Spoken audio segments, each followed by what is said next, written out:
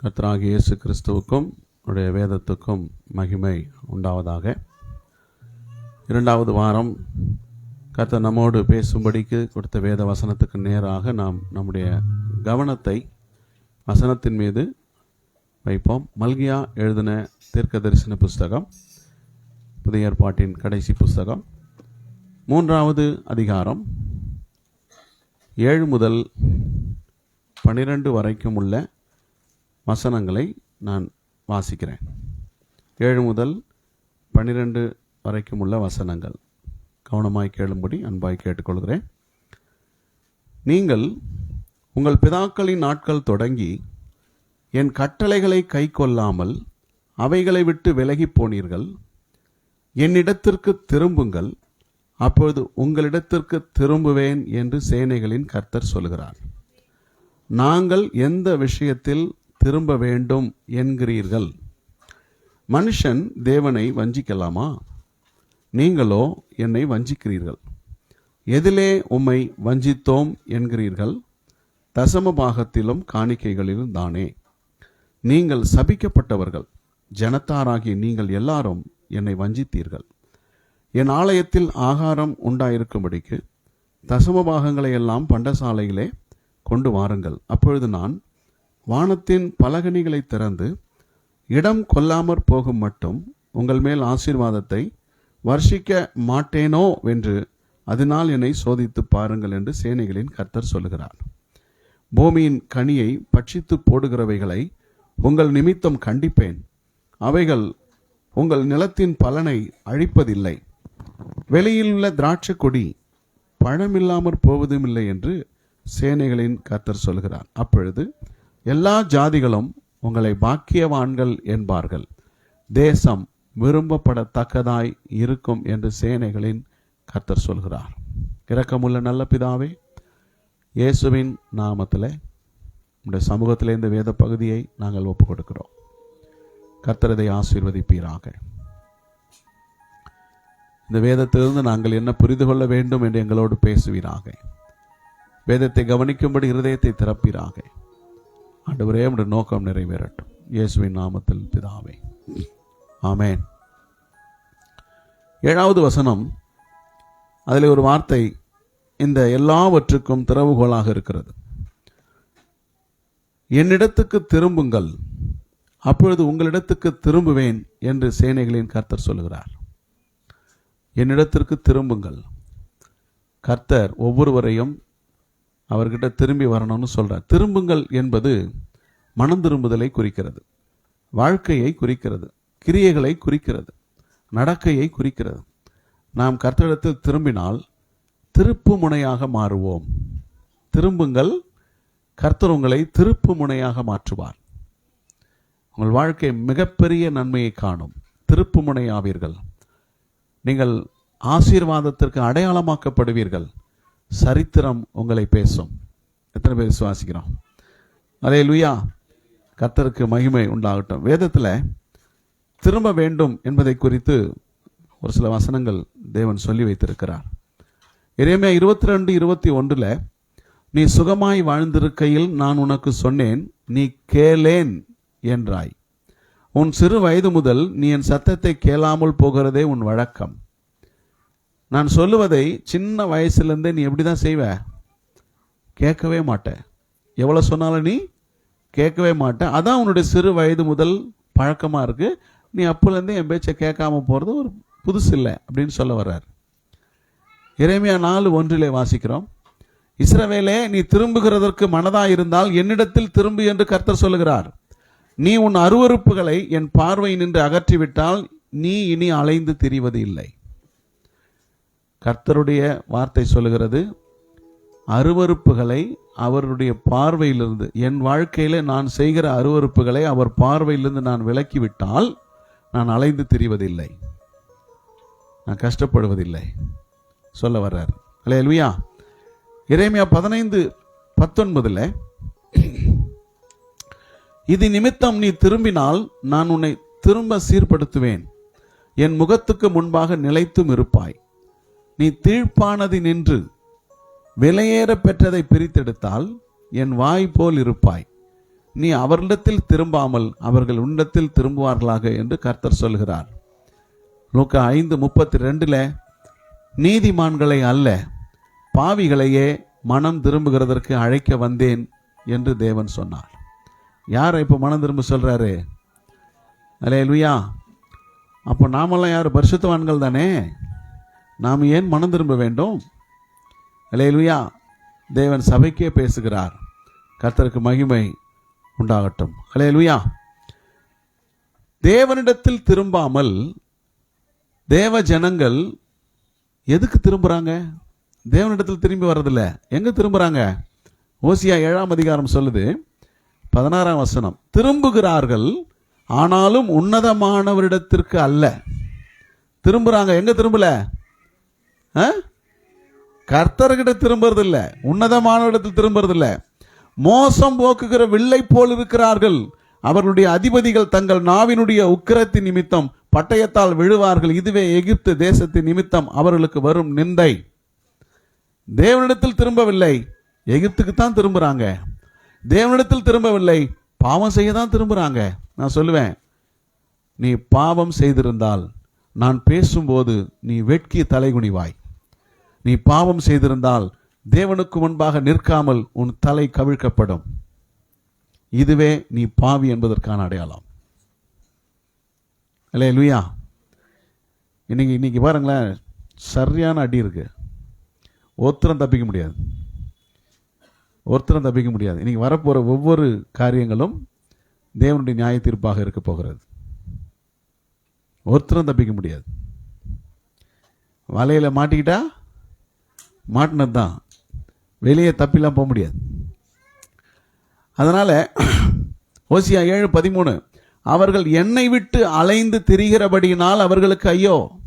அவர்கள் என்னை விட்டு அலைந்து திரிகிறார்கள், அவர்களுக்கு கேடு வரும். எனக்கு விரோதமாக ரண்டகம் பண்ணினார்கள், நான் அவர்களை மீட்டிருந்தும் அவர்கள் எனக்கு விரோதமாக பொய் பேசுகிறார்கள். 14 அவர்கள் தங்கள் படுக்கைகளில் அலறுகிற போது தங்கள் இருதயங்களில் என்னை நோக்கி கூப்பிடுகிறதில்லை. அவர்கள் தானியத்துக்காகவும் திராட்சரசத்துக்காகவும் கூடுகிறார்கள். நான் அவர்களை தண்டித்தேன், அவருடைய புயங்கள் திரும்ப பலப்படவும் பண்ணினேன். ஆகிலும் எனக்கு விரோதமாக பொல்லாப்பு நினைக்கிறார்கள். மனம் திரும்பாதவர்களை குறித்து கர்த்தர் பேசுகிறார். கலாத்தியர் 1:6 சொல்லுது, உங்களை கிறிஸ்துவின் கிருபையினாலே அழைத்தவரை நீங்கள் இவ்வளவு சீக்கிரமாய் விட்டு வேறொரு சுவிசேஷத்திற்கு திரும்புகிறதை பற்றி நான் ஆச்சரியப்படுகிறேன். எவ்வளவு சீக்கிரமா என்னெல்லாம் பேசுறாங்க. அதாவது தேவன் மகிமையாய் நடத்துகிறார், ரொம்ப மகிழ்ச்சியாக இருக்கிறது, சந்தோஷமா இருக்கு, கர்த்தர் இல்லைனா இல்லை, என்னென்னமோ பேசுகிறார்கள். கேட்க நல்லா தான் இருக்கு, ஆனால் பேச்சுக்கும் நடக்கைக்கும் சம்பந்தம் இல்லை. அல்லேலூயா. தேவனுக்கு மகிமை உண்டாகட்டும். நாம் திரும்புவதின் நோக்கம் என்ன? ஏன் கர்த்தர் நம்மை திரும்ப சொல்லுகிறார் அப்படின்னா, மனிதன் தேவனை நோக்கி திரும்பும் தருணமே. நல்லா கவனிங்க, ஒரு மனுஷன் தேவனை நோக்கி திரும்பி வரக்கூடிய தருணம் நேரமே தேவன் அவன் வாழ்க்கையை மாற்றும் நேரம். நீ இந்த நிமிஷம் மாறினா கர்த்தர் இந்த நிமிஷம் உன் வாழ்க்கையை மாற்றுவார். அல்லேலூயா. எதுலெல்லாம் நம்ம திரும்பணும் அப்படின்னா, பாவத்திலிருந்து பரிசுத்தத்துக்கு திரும்பணும், தோல்வியிலிருந்து வெற்றிக்கு திரும்பணும், சாபத்திலிருந்து ஆசீர்வாதத்துக்கு திரும்பணும், மரணத்திலிருந்து ஜீவனுக்கு திரும்பணும். கர்த்தர் திரும்பினால் நம்முடைய வாழ்க்கையை பேசக்கூடிய ஒரு அடையாளமாக மாற்றுவார், நல்ல சாட்சிகளாக மாற்றுவார், அற்புதமாக மாற்றுவார். எத்தனை பேர் விசுவாசிக்கிறீங்க? அல்லேலூயா. எதுல திரும்பணும்?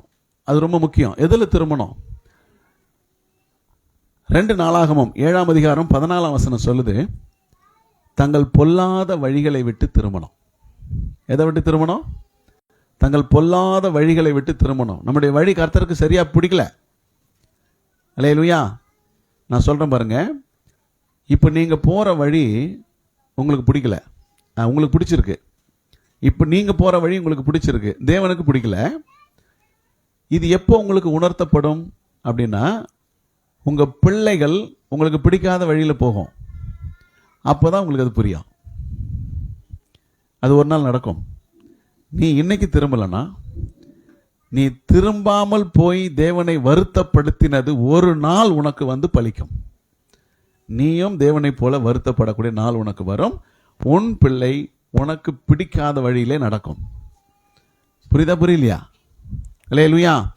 அதனால தேவன் என்ன விரும்புகிறார்னா, தங்கள் பொல்லாத வழிகளை விட்டு மனம் திரும்பி, கர்த்தருக்கு பிரியமில்லாத வழி உனக்கு தேவையில்லை, அதை விட்டு என்ன செய்? மனம் திரும்பிக்கோ. அப்போஸ்தலர் 3:26 சொல்லுது, தேவன் மரித்து 3ஆம் நாள் உயிரோடு எழுந்ததற்கு காரணங்களில் முக்கிய காரணம் என்னன்னா, உங்கள் எல்லாரையும் அவர் உங்கள் பொல்லாங்கங்களிலிருந்து விலக்கி உங்களை ஆசீர்வதிக்க. நம்முடைய பொல்லாத வழியிலிருந்து நம்மை விலக்கி நம்மளை ஆசீர்வதிப்பதற்காகத்தான் தேவன், நல்லா கவனிங்க, உயிரோடு எழும்பினார். உங்களுக்கு ஒரு விஷயம் புரிய வைக்கிறேன், நல்லா கவனிச்சிங்கன்னா புரியும். என்ன அப்படின்னா, கானானுக்கு சென்றார்கள், ஆனால் கானானை சுதந்தரிக்க முடியவில்லை. 40 பேர் என்ன செய்தாங்க? கானானுக்கு போனாங்க, கானானை சுற்றி பார்த்தாங்க, அந்த தேசம் மகா நல்ல தேசம் என்று கண்டார்கள். அதனுடைய கனிகள் எல்லாம் அற்புதமாக இருக்கிறது. அதில் ஒரு திராட்சை கொள்ளையை 2 பேர் தூக்கி கொண்டு வருகிறார்கள். அதை பார்த்தோன்னே ரொம்ப மகிழ்ச்சியாகிவிட்டது. கானானை பார்த்தார்கள், கானானை கண்டார்கள், ஆனால் கானானை சுதந்தரிக்க முடியவில்லை. சபைக்கு வரலாம், ஆராதனையிலே பங்கெடுக்கலாம், பரலோகத்தை சுதந்தரிக்க முடியுமா? அதான் கேள்வி. நான் சபையில் இருந்தேனே. இயேசு கிறிஸ்து ஒரு முறை ஒரு கூட்டத்தை பார்த்து சொல்றார். என்ன சொல்றார் அப்படின்னா, நியாய தீர்ப்புல, நீங்கள் எவ்விடத்தாரோ உங்களை நான் அறியவில்லை அப்படின்னு சொல்றார். என்ன சொல்றாரு? உங்களை அறியவில்லை அப்படின்னு சொல்றார். அவங்க பதில் சொல்றாங்க, ஆண்டவரே, நாங்கள் உம்மோடு போஜனம் பண்ணினோமே, ஞாபகம் இல்லையா? நீங்கள் எங்கள் தெருவிலே பிரசங்கம் பண்ணினீங்களே, நீங்கள் சொல்ற வார்த்தையெல்லாம் நாங்கள் கேட்டோமே, உங்களுக்கு ஞாபகம் இல்லையா அப்படின்னு கேட்கிறாங்க. அதுக்கு அவர் சொல்றார், நீங்கள் எவ்விடத்தாரோ உங்களை அறியவில்லை, அக்கிரம செய்கைக்காரரே என்னை விட்டு அகன்று போங்கள் சொல்றார். நல்லா புரிஞ்சுக்கணும், தேவன் நம்முடைய பொல்லாங்கை நம்மை விட்டு விலக்கத்தான் போராடுகிறார். ஒரு ரகசியம் நல்ல பைபிள் இருக்கு. தேவன் கானான் தேசத்தை தருவேன் என்றுதான் வாக்கு கொடுத்தார் ஆபிரகாமுக்கு. ஆனா ரூபன் புத்திரரும் காத்து புத்திரரும் மனாசேயின் பாதி கோத்திரத்தாரும் கானானுக்கு அந்த பக்கம், யோர்தானுக்கு அந்த பக்கம் தான் கானான், யோர்தானுக்கு இந்த பக்கத்திலேயே கீழையாத்து தேசம் ஆடு மாடுகளுக்கு நல்லா இருக்கு, மேய்ச்சலுக்கு நல்லா இருக்கு, பசுமையா இருக்கு, இங்கேயே நாங்க இருந்துறோம்னு சொல்லிட்டாங்க. கானான் என்ன செய்யல? சுதந்திரிக்க முடியவில்லை. தேவனுடைய வாக்குத்தத்தம் அதுவல்ல. யோர்தானை கடந்து அந்த பக்கம் போய் கானானை சுதந்திரிக்கணும், அதான் பரலோகத்தை அடைவதற்கான அடையாளம். ஆனா என்ன செய்துட்டாங்க? இங்கேயே தங்கிட்டாங்க. இந்த 3 கோத்திரமும் 2.5 கோத்திரமும் இங்கேயே தங்கிட்டாங்க. இதுவே எங்களுக்கு போதும். அல்லேலூயா. இந்த உலகத்திலேயே திருப்தி அடைந்து விட தேவன் நம்மை அழைக்கவில்லை. இது எனக்கு போதும் என்று சொல்லிட்டு இருக்கிறதுக்காக நம்மளை அழைக்கவில்லை. நமக்கு இது நிலை இல்லாத ஒரு வாழ்க்கை, நாம் வாழப்போகிற வாழ்க்கை நிரந்தரமான வாழ்க்கை. தேவன் அதற்காகத்தான் நம்மை அழைத்திருக்கிறார். ஆகவே பொல்லாங்குகளை விட்டு நாம் திரும்ப வேண்டியது அவசியமாக இருக்கிறது. 2வது, நரகலான விக்கிரகங்களை விட்டு தேவன் நம்மை திரும்ப வேண்டும் என்று விரும்புகிறார். நரகலான விக்கிரகங்கள், எசேக்கியேல் 14:6-7-8 வாசிக்கும் பொழுது, ஆகையால் நீ இஸ்ரவேல் வம்சத்தாரை நோக்கி திரும்புங்கள், உங்கள் நரகலான விக்கிரகங்களை விட்டு திரும்புங்கள், உங்கள் சகல அருவருப்புகளையும் விட்டு உங்கள் முகங்களை திருப்புங்கள் என்று கர்த்தராகிய ஆண்டவர் உரைக்கிறார். இஸ்ரவேல் வம்சத்தாரிலும் இஸ்ரவேலில் தங்குகிற அந்நியரிலும் என்னை பின்பற்றாமல் பேதலித்து தன் நரகலான விக்கிரகங்களை தன் இருதயத்தின் மேல் நாட்டி தன் அக்கிரமமாகிய இடரலை தன் முகத்துக்கு எதிராக வைத்துக் கொண்டிருக்கிற எவனாகிலும் தீர்க்கதரிசியின் மூலமாய் என்னிடத்தில் விசாரிக்க வந்தால் அவனுக்கு கர்த்தராகிய நானே உத்தரவு கொடுத்து அந்த மனுஷனுக்கு விரோதமாக என் முகத்தை திருப்பி அவனை அடையாளமாகவும் பழமொழியாகவும் வைத்து அவனை என் ஜனத்தின் நடுவில் இராதபடிக்கு சங்கரித்து போடுவேன். அப்பொழுது நான் கர்த்தர் என்று அறிந்து கொள்வீர்கள். திரும்பணும், நரகலான விக்கிரகங்களை விட்டு திரும்பணும்னு கர்த்தர் சொல்றார். உன்னை அழிவுக்கு கொண்டு போகிற வழி எதுவாக இருந்தாலும் அதை விட்டு நீ திரும்ப வேண்டும். நல்லா புரிஞ்சுக்கணும். என்னை அம்மா கூப்பிடுறாங்க, ஆயா கூப்பிடுறாங்க, பாட்டி கூப்பிடுறாங்க, மாமி கூப்பிடுறாங்க, மம்மி கூப்பிடுறாங்கன்னு எங்கேயாவது போனியன்னா அந்த வழி உன்னை அழிக்கும், அந்த வழி உன்னை நாசமாக்கும், அந்த வழி உன்னை கெடுத்து போடும். தேவன் உன்னை அழைத்தது ஜீவனுக்கு. தேவன் உன்னை ஆளுகை செய்கிறார். தேவன் உன் மேல் அதிகாரம் செலுத்துகிறார். நீ மனுஷனுடைய எந்த அதிகாரத்துக்கும் கீழ்ப்படிந்திருக்க வேண்டிய அவசியம் இல்லை. மனுஷருக்கு பயப்படுகிற பயம் கண்ணியை வருவிக்கும். தேவனுக்கு பயப்படுகிற பயம் ஜீவனை கொடுக்கும். அதனால் எந்த மனுஷனுக்கு என்ன செய்யக்கூடாது? பயப்படவே கூடாது. ஏதாவது பிளான் போட்டிருக்கிறாங்க, ஏதாவது ரிசர்வ் பண்ணியிருக்கிறாங்க, ஏதாவது புக் பண்ணியிருக்கிறாங்கன்னா தயவு செய்து கேன்சல் பண்ணிக்கோ. உன் ஜீவனை காத்துக்கொள். கர்த்தருக்கு மகிமை உண்டாகட்டும். அல்லேலூயா.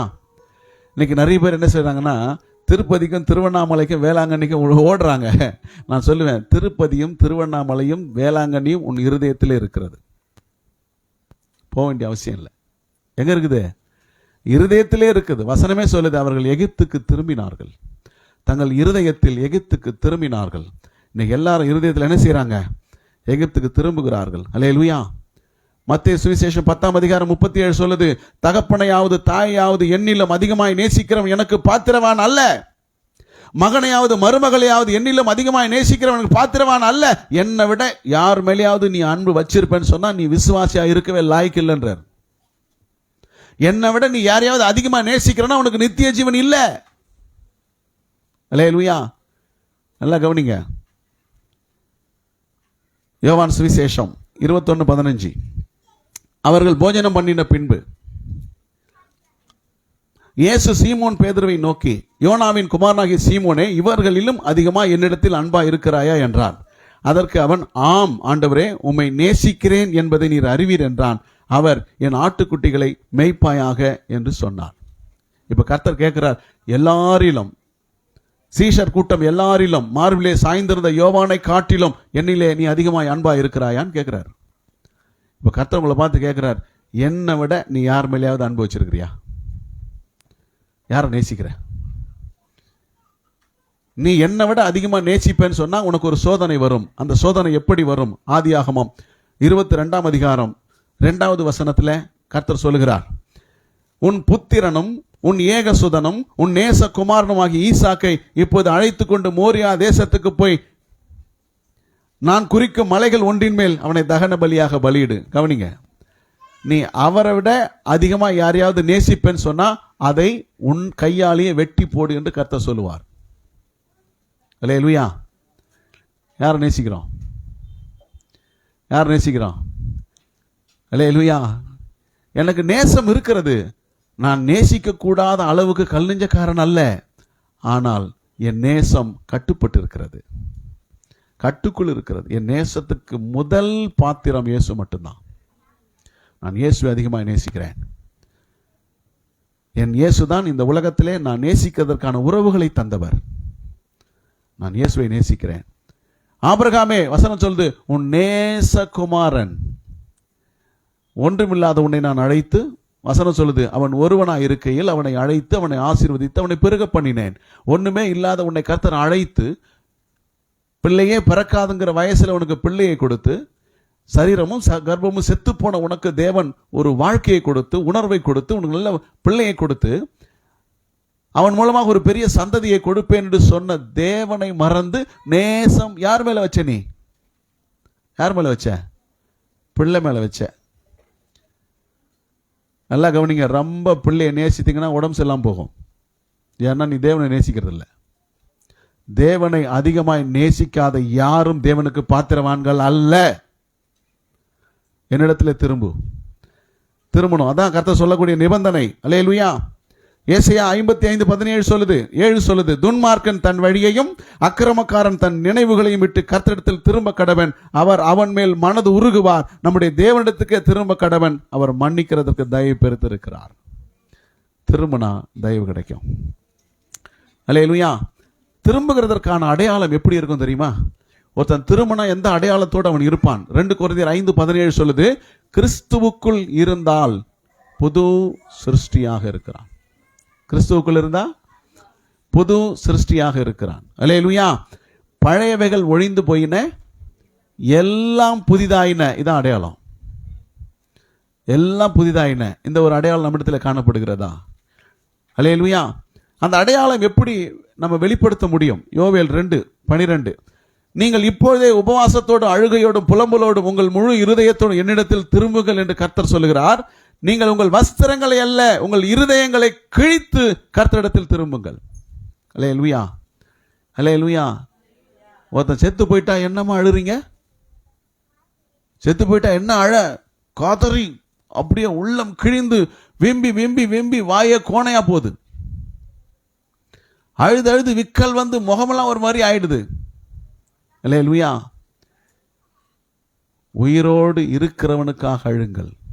பைபிள் சொல்லுது, ஜீவனோடு உயிரோடு இருக்கிறவனாக அழுவதை விட்டு செத்தவனுக்காக அழுவதனால் எந்த பலனும் இல்லை. மரித்தவனுக்காக அழ வேண்டாம், அவனுக்காக பரிதபிக்கவும் வேண்டாம். சிறைப்பட்டு போனவனுக்காக அழுங்கள். மரித்தவன் ஜனன பூமியை காண்பதில்லை, திரும்பி வரவே மாட்டான். செத்து போயிட்டு மறுபடியும் வரவே மாட்டான். உயிரோடு இருக்கிறானே, சிறைப்பட்டு இருக்கிறானே, அவனுக்காக அழுறதை விட்டு என்ன செய்யறீங்க? செத்தவனுக்காக அழுதுகிட்டு இருக்கிறீங்க. உபவாசத்தோடு அழுகையோடும் உங்கள் உள்ளத்தை கிழித்து நீங்கள் திரும்பினால் அதுவே கிறிஸ்துவுக்குள் புது சிருஷ்டியாக இருக்கிறீர்கள். அல்லேலூயா. அப்போ கர்த்தர் நமக்கு ஆசீர்வாதத்தை தருவார் என்று வேதம் சொல்லுகிறது. யார் திரும்பினார்கள்? வேதத்தில் ஒரு சிலர் திரும்பினார்கள். எப்படி திரும்பினாங்கன்னு பார்க்கும்போது, முதல்ல யார் திரும்பினார்கள்? ரூத்து திரும்பினாள், திருப்பு முனையானாள். இழப்பிலிருந்து மறுவாழ்வுக்கு திரும்ப வேண்டும். ரூத் என்ன செய்தாங்க? புருஷனை இழந்து விட்டார்கள், இழப்பிலிருந்து மறுவாழ்வுக்கு அவர்கள் திரும்புகிறார்கள். அவங்க திரும்பினாங்க. நல்லா கவனிக்கணும். ரூத்து மாமி பார்த்து சொல்றாங்க, நீங்க திரும்பி போங்க, திரும்பி போங்க, திரும்பி போங்க. ஆனா அவங்க திரும்பி போவதை குறித்து பேசுவதை கூட விரும்பவில்லை. அல்லேலூயா. திரும்பி போவதை குறித்து பேசல. அவங்க எதை விட்டு திரும்பி வந்தாங்கன்னா, மோவாபை விட்டு திரும்பினார்கள். மோவாபை விட்டு திரும்ப பண்ணினார். அல்லேலூயா. அவங்களுடைய வார்த்தை ரொம்ப உற்சாகம் உள்ளதாக இருக்கு. பாத்தீங்கன்னா, அவங்க பெத்லகேமுக்கு திரும்பினார்கள். எங்க திரும்பினாங்க? மோவாபிலிருந்து பெத்லகேமுக்கு திரும்பினார்கள். பெத்லகேம் என்று சொன்னால் அப்பத்தின் வீடு, அப்பத்தின் வீடு என்று சொன்னால் கர்த்தருடைய வார்த்தை. அப்போ மோவாப் என்பது உலக வாழ்க்கை, பாவ வாழ்க்கை, விக்கிரக வாழ்க்கை, அது முறைகெட்ட உறவுக்கேற்ற ஒரு வாழ்க்கை. அதை விட்டு எங்க திரும்புறாங்க? பெத்லகேமுக்கு திரும்புறாங்கன்னா கர்த்தருடைய வார்த்தைக்கு அவங்க திரும்பினாங்கன்னு அர்த்தம். அல்லேலூயா. நகோமி சொல்றாங்க, தன்னோடு கூட வர மன உறுதியா இருக்கிறதை கண்டு. எந்த மாமியார் மருமக சொல்ல முடியும்? அல்லேலூயா. மாமியார் மருமகளை பார்த்து சொல்ல முடியுமா? கர்த்தரோடு கூட வருவதற்கு, என்னோடு கூட வருவதற்கு மன உறுதியா இருக்கிறதை கண்டு. அல்லேலூயா. இன்னைக்கு ஆண்டவர் பாருங்க, இந்த வேத பாத்திரங்கள் உலகத்திற்கே மிகப்பெரிய ஒரு எடுத்துக்காட்டு. மருமகளை மாமியார் மகள் என்று சொல்லி கேள்விப்பட்டது இங்கதான். என் மகளே என்ன சொல்றாங்க? என் மகளே. நம்ம மாமியார் என்ன சொல்றாங்க? ஐயோ அதுவா, எதுவா சொல்றாங்க. ஆனா இந்த மாதிரி நம்ம நல்லா நேசிக்கிறவர்கள், மருமகளையும் மருமக மாமியாரை நேசிக்கிறவர்கள், அவங்க சொல்றாங்க, நீர் மரணம் அடையும் இடத்தில் நானும் மரணம் அடைவேன். எப்படி திரும்புறாங்க பாத்தீங்களா? நல்லா யோசிச்சு பாருங்க. கல்யாணம் ஆகி போச்சு, புருஷனை இறந்துட்டாங்க. இப்ப கல்யாணம் ஆகிருக்கு, புருஷன் இருக்கிறாரு. ஆனா மனைவிக்கு எந்த வீடோ அங்கதான் புருஷன் இருக்கிறார். நல்லா கவனிக்கணும். பொண்ணு என்ன செய்யுது? அம்மா விட்டு விட்டு அப்பா விட்டு விட்டு அப்படி இப்படி நகர மாட்டேங்குது. நீ போனா போ, நான் இங்கே இருந்துக்கிறேன். இல்ல, நீ போனா போ, நான் இங்கே இருந்துக்கிறேன். ஆனா இவங்க எல்லாத்தையும் விட்டுட்டு வர்றாங்க. இவங்க சாதாரண பெண்மணி அல்ல. வசதி இருக்கிறது, ஆடம்பரம் இருக்கிறது, தேவை இருக்கிறது, இன்னொரு வாழ்க்கையை அமைத்துக் கொள்வதற்கான சூழல் இருக்கிறது. எல்லாவற்றையும் விட்டு திரும்பினார்கள். சாதாரண விஷயமா? திரும்ப முடியுமா அவங்களால? அர்ப்பணிப்பு இருக்கணும். தேவனிடத்தில் திரும்பி வந்தா எந்த அளவுக்கு பெரிய விஷயம் அவங்க செய்யறாங்கன்னா கர்த்தர் அவங்களுக்கு பெரிய விஷயம் செய்ய யோசித்திருப்பார். மன உறுதி, ஆணித்தனமான தீர்மானம். இன்னைக்கு மன உறுதி இல்லை, மன உறுதி இல்லை, ஒரு தீர்மானம் கிடையாது, எடுத்த தீர்மானத்தில் உறுதி கிடையாது. அல்லேலூயா. நான் எங்க உங்களோட தான் மரிப்பேன், அங்கதான் அடக்கம் பண்ணப்படுவேன், இனி எனக்கென்று ஒன்றுமில்லை, உங்கள் தேவனே என்னுடைய தேவன். என்ன சொல்றாங்க? உம்முடைய தேவன் என்னுடைய தேவன். அல்லேலூயா. என்னுடைய தேவன். இன்னைக்கு தேவன் நம்மளை கொண்டு வந்திருந்தா கொஞ்சம் ஜெபம் பண்ணா போதும், ரொம்பலாம் ஜெபம் பண்ண வேண்டிய அவசியம் இல்லை. ஒரு வீட்டுக்கு போனாங்க, சொல்றாங்க, என்ன இப்படி ஜெபம் பண்றோம், இப்படியா ஜெபம் பண்ணோம், எப்ப பார்த்தாலும் ஜெபம், காலையில ஜெபம், இருட்டோடைய ஜெபம், 12 மணிக்கு ஜெபம். இன்னொருத்தர் சொல்றாங்க, மனசில் நினைச்சா போதும், இந்த மனசில் நினைச்சா போதும், எப்பயாவது ஒரு சமயம் போனா போதும், அதுக்கும் தேவனுடைய வாழ்க்கைக்கும் சம்பந்தம் கிடையாது. அல்லேலூயா. அவர்கள் வாழ்க்கையே சரியாய் வாழாதவர்கள், வாழ்க்கையை இழந்தவர்கள், அவங்களால சரியா பேச முடியாது. அல்லேலூயா. இந்த அம்மா சொல்றாங்க, மரணமே அல்லாமல், உறுதி என்ன? மரணமே அல்லாமல் வேறு ஒன்றும் உன்னை விட்டு என்னை பிரிக்கவே கூடாது அப்படின்னு சொல்லி ஒரு உறுதியான ஒரு வார்த்தையை சொல்றாங்க. நல்லா கவனிங்க. போவாஸ் சொல்றாரு, உன் தகப்பனையும் உன் தாயையும் உன் ஜென்ம தேசத்தையும் உனக்கு உண்டான எல்லாவற்றையும் விட்டுட்டு வர முடியுமா? திரும்ப முடியுமா? அவங்க திரும்பினார்கள். ரெபேக்கால பாருங்க, இள வயது, 20 வயசுக்குள்ளதான். ரெபேக்கால பாருங்க, யாரோ ஒருத்தர் பொண்ணு பார்க்க வந்திருக்கிறாங்க. அவர் ஆபிரகாமுடைய வேலைக்காரன் சொல்றாரு, ஆபிரகாமுடைய குமாரன் இருக்கிறாரு, இதெல்லாம் அவருடைய சொத்து, இந்த ஒட்டகம்லாம் அதில் தான் வந்திருக்கிறோம், இவங்கெல்லாம் நாங்கள் ஆட்கள், வேலை ஆட்கள், எல்லாம் விவரத்தையும் சொல்றாங்க. அவர் சொல்லி அனுப்பிச்ச விவரம், இவங்களுடைய சந்ததியின் விவரம், குடும்ப விவரம் எல்லாத்தையும் சொல்றாங்க. எல்லாத்தையும் சொன்னா கூட எந்த பெண்ணாவது கல்யாணம் பண்ணிக்கிறதுக்கு மாப்பிள்ளையை பார்க்காம, அவர் குட்டியா நட்டியா சொட்டையா எதுவுமே தெரியாம கல்யாணம் பண்ணிக்க சம்மதிப்பாங்களா?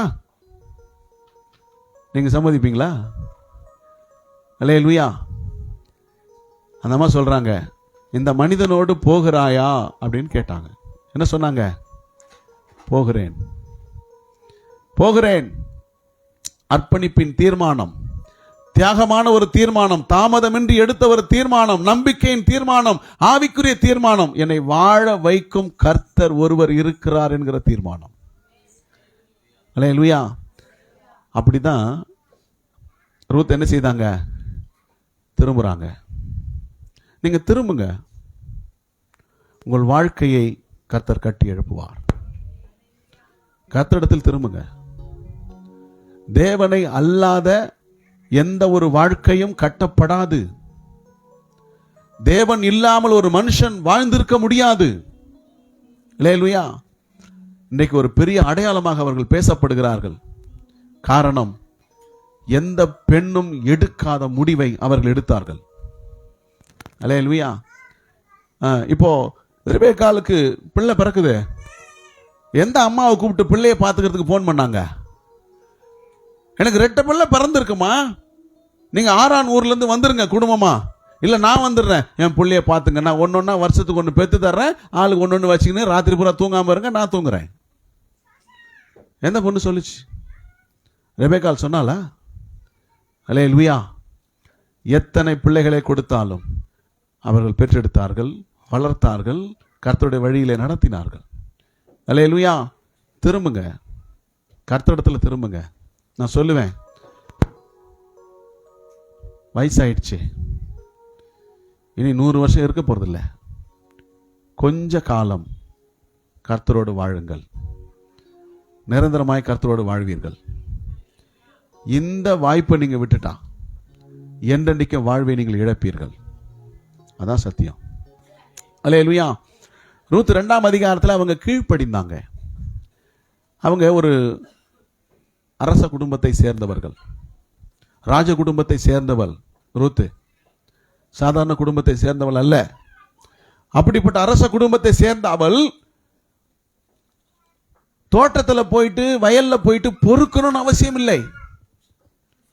கதிர் பொறுக்கித்தான் சாப்பிடணும் நிலைமைக்கு தள்ளப்பட வேண்டிய அவசியம் இல்லை. ராஜ சாப்பாட்டு சாப்பிடலாம், சந்தோஷமா இருக்கலாம். இங்க இந்த அம்மாவோட கஷ்டப்பட வேண்டிய அவசியம் இல்லை. ஆனாலும் திரும்பினார்கள். ரூத்தினுடைய உள்ளான மனதுக்கு தெரியும், தன் புருஷனோடு வாழ்ந்த வாழ்க்கை 10 வருஷமாக இருந்தாலும் அந்த 10 வருஷத்தில் தேவன் யார் என்பதை தன் புருஷன் சொல்லிக் கொடுத்திருக்கிறான். இந்த குடும்பத்தில் கற்றுக்கொண்டிருக்கிறார். ஜீவனுள்ள தேவனை ஆராதிப்பதற்கு இவர்கள் செய்கிற நோக்கம் என்ன என்பதை புரிந்து கொண்டிருக்கிறாள்.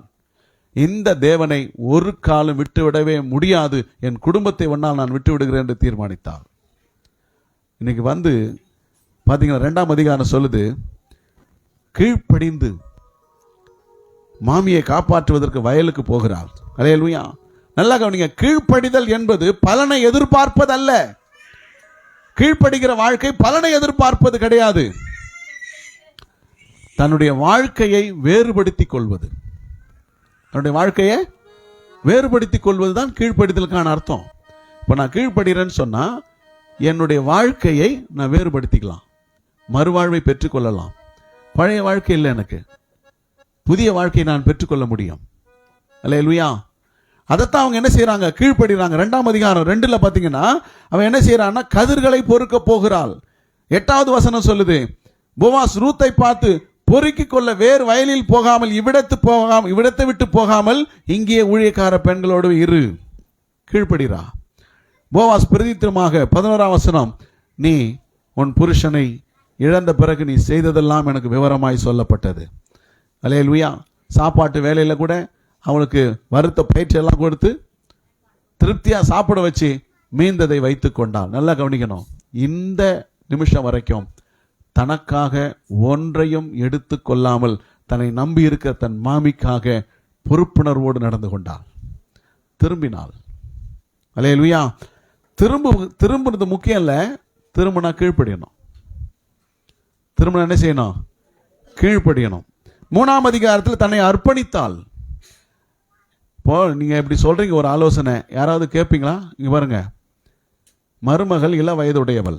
இந்த அம்மா சொல்றாங்க, நீ குளிச்சுட்டு நல்லா ட்ரெஸ் பண்ணிக்கின்னு நான் சொல்ற இடத்துக்கு போய் நான் சொல்ற ஆளுடைய கால் மாட்டில் நீ படுக்கணும். நான் செய்வேன்னு சொல்றேன், கை உயர்த்துங்க. ஹலோ, செய்வீங்க? யாராவது செய்வாங்களா? இவன் என்ன மாமியா இல்ல வேற யாருனா? இவா என்ன ஆலோசனை கொடுக்குறா பாருங்க. போய் கால் மாட்டில் படுத்துக்க, போர்வையை ஒதுக்கிட்டு கால் மாட்டில் படுத்துக்கிட்டு அவன் கேட்டான்னா உங்க போர்வையை என் மேல விரியும். என்ன வார்த்தை? அப்போ இந்த மாதிரி ஒரு ஆலோசனை சொல்லுகிறார்கள். இந்த ஆலோசனையை பற்றி அவளுக்கு தெரியாது. ஆனால் நகோமிக்கு தெரியும், யூத சட்டத்தின்படி புருஷன் இறந்து விட்டால் அந்த சொந்தக்காரர்களில் ஒருவன் சுதந்திரவாளியாக அவளை திருமணம் செய்து மரித்தவனுடைய பெயரை அழிந்து போகாமல் காப்பாற்ற வேண்டும். தன்னை அர்ப்பணித்தாள். மனம் திரும்புறது முக்கியம் இல்ல, அர்ப்பணிக்க வேண்டும். அல்லேலூயா. அர்ப்பணிக்காத வாழ்க்கையில தேவன் கிரியை செய்ய மாட்டார். அதனால்தான் 4வது அதிகாரத்தில் அவள் ஆசீர்வதிக்கப்பட்டால், திருமணமானது, பிள்ளை பிறந்தது, அந்த சந்ததியில இயேசு பிறந்தார். நோக்கம் இருந்ததா இல்லையா?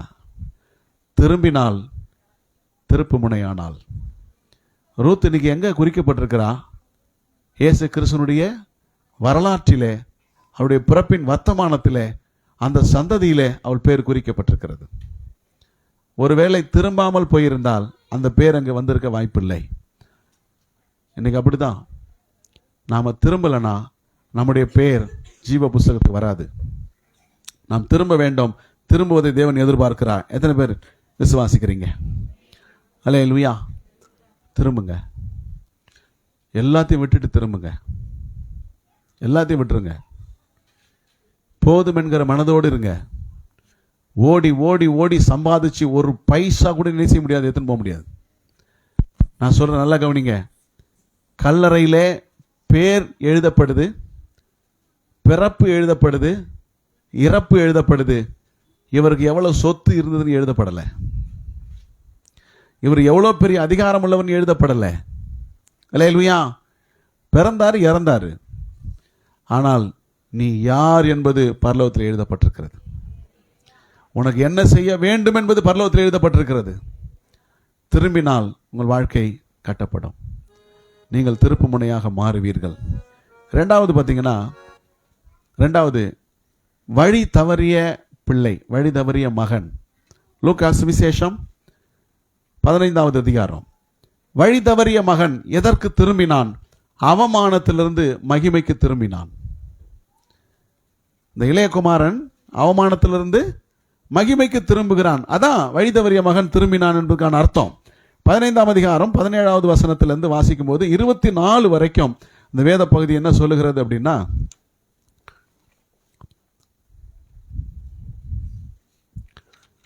14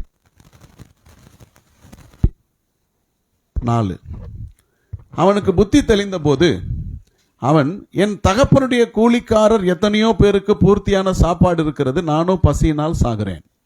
நான் எழுந்து என் தகப்பனிடத்துக்கு போய், தகப்பனே, பரத்துக்கு விரோதமாகவும் உமக்கு முன்பாகவும் பாவம் செய்தேன் அப்படின்னு மனசுல ஒரு தீர்மானத்தை எடுக்கிறான். நல்லா கவனிங்க. நீ முதல்ல வீட்டில இருந்து வரும்போதே மனசுல தீர்மானம் எடுக்காமல் இங்க வந்து நீ ஒன்றும் பண்ண முடியாது. வீட்டில் என்ன செய்யணும்? தீர்மானம் எடுத்திருக்கணும். இவன் பசியா இருக்கும் போதே, தவிடு கிடைக்காத போதே, பண்ணி வைக்கும் போதே அந்த இடத்துல ஒரு தீர்மானம் எடுக்கிறான். அந்த தீர்மானம் எப்படி எடுக்கிறான்னா, புத்தி தெளிந்த போது.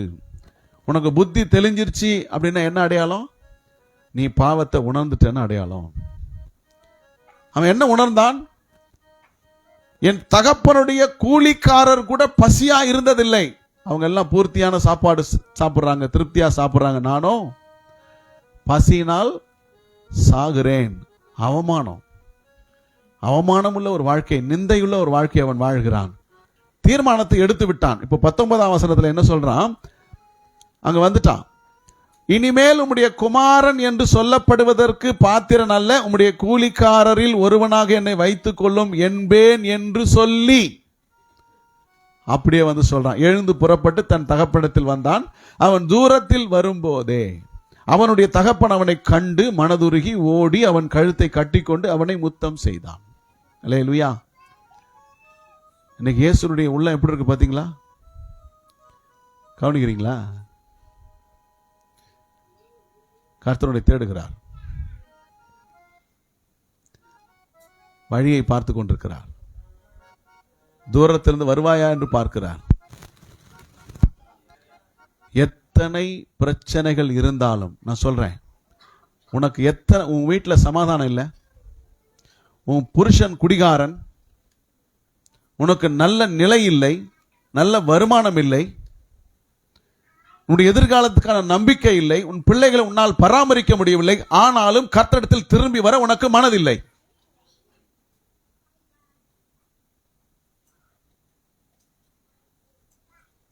ஒரே ஒரு முறை தான் உயிர் போகும். போனதுக்கு அப்புறம் நீ என்ன புலம்புனாலும் திரும்பி வராது. நியாய தீர்ப்பு தான். ஒரு வாழ்க்கை தான். திரும்புங்க. அந்த இளையகுமாரன் தன்னுடைய ஆத்துமாவை காத்து கொண்டான். எல்லாம் போனா போட்டோம், ஆனா இனிமேல் நீ திரும்பினால் உன் வாழ்க்கையை கர்த்தர் மாற்றுவார். அல்லேலூயா. குமாரன் தகப்பனை நோக்கி, தகப்பனே, பரத்துக்கு விரோதமாக உமக்கு முன்பாக பாவம் செய்தேன். அல்லேலூயா. உமக்கு முன்னாடி நான் பாவம் செய்திருக்கிறேன். இனிமேல் உம்முடைய குமாரன் என்று சொல்லப்படுவதற்கு நான் தகுதி அற்றவன். இந்த வேலைக்காரங்கள் ஒருவனாக என்னை வைத்துக் கொள்ளும், ஏதோ ஒரு வேலை செய்து நான் இந்த வீட்டில் பிழைத்துக் கொள்கிறேன் அப்படின்னு தன்னை தாழ்த்தி பெருமையாக்கி கெஞ்சுகிறான். அல்லேலூயா. அப்படின்னா அவன் நிலைமை எவ்வளவு கஷ்டமான ஒரு நிலைமையில் அவன் இருந்திருப்பான். நீங்க நினைக்கிறீங்களா? நல்லா புரிஞ்சுங்க. வேலைக்கு போனா வருமானம் வருது, நம்ம நினைச்சதை சாதிக்கலாம் நினைக்கிறீங்களா? ஒரு நாள் வரும், உன்னை சுற்றிலும் எல்லா வாசற் கதவுகளும் அடைக்கப்படும் போது நீயும் அவமானத்திற்கு உள்ளே போவாய். அந்த நாள் உனக்கு வராதபடி கர்த்தர் எச்சரிக்கிறார். அந்த நாள் உனக்கு வராதபடி கர்த்தர் உன்னோடு பேசுகிறார். அல்லேலூயா. பிரிஞ்சு போயிட்டான் தகப்பனை விட்டு. ஆனா ஒரு நாள் வரும், அன்னைக்கு நீ வந்து சேர்ந்து கொள்ள வேண்டும் என்பதுதான் கர்த்தருடைய கிருபை. அதுதான் இயேசு வந்திருக்கார். அல்லேலூயா, அல்லேலூயா. கொழுத்த கன்றை கொண்டு வந்து அடியுங்கள். நல்லா புரிஞ்சுங்க. நீ என்னைக்கு மனம் திரும்பினியோ அன்னைக்கே உன் வீட்டில் கர்த்தர் பெரிய மகிழ்ச்சியை கொடுக்கிறார். மனம் திரும்பின அன்னைக்கே வீட்டில் என்ன செய்யுது? நடன களிப்பு, கீத வாத்தியம், மேள வாத்தியம், சந்தோஷம், ஆர்ப்பரிப்பு, பாட்டு சத்தம். கொழுத்த கன்று, காலுக்கு பாதரட்சை, சரீரத்துக்கு புதிய வஸ்திரம், கைகளுக்கு மோதிரம், இப்படியெல்லாம் போட்டு அந்த வீட்டில் மிகப்பெரிய மகிழ்ச்சியான சந்தோஷம் ஒன்று நடக்கிறது. மனம் திரும்பினால். அல்லேலூயா, அல்லேலூயா.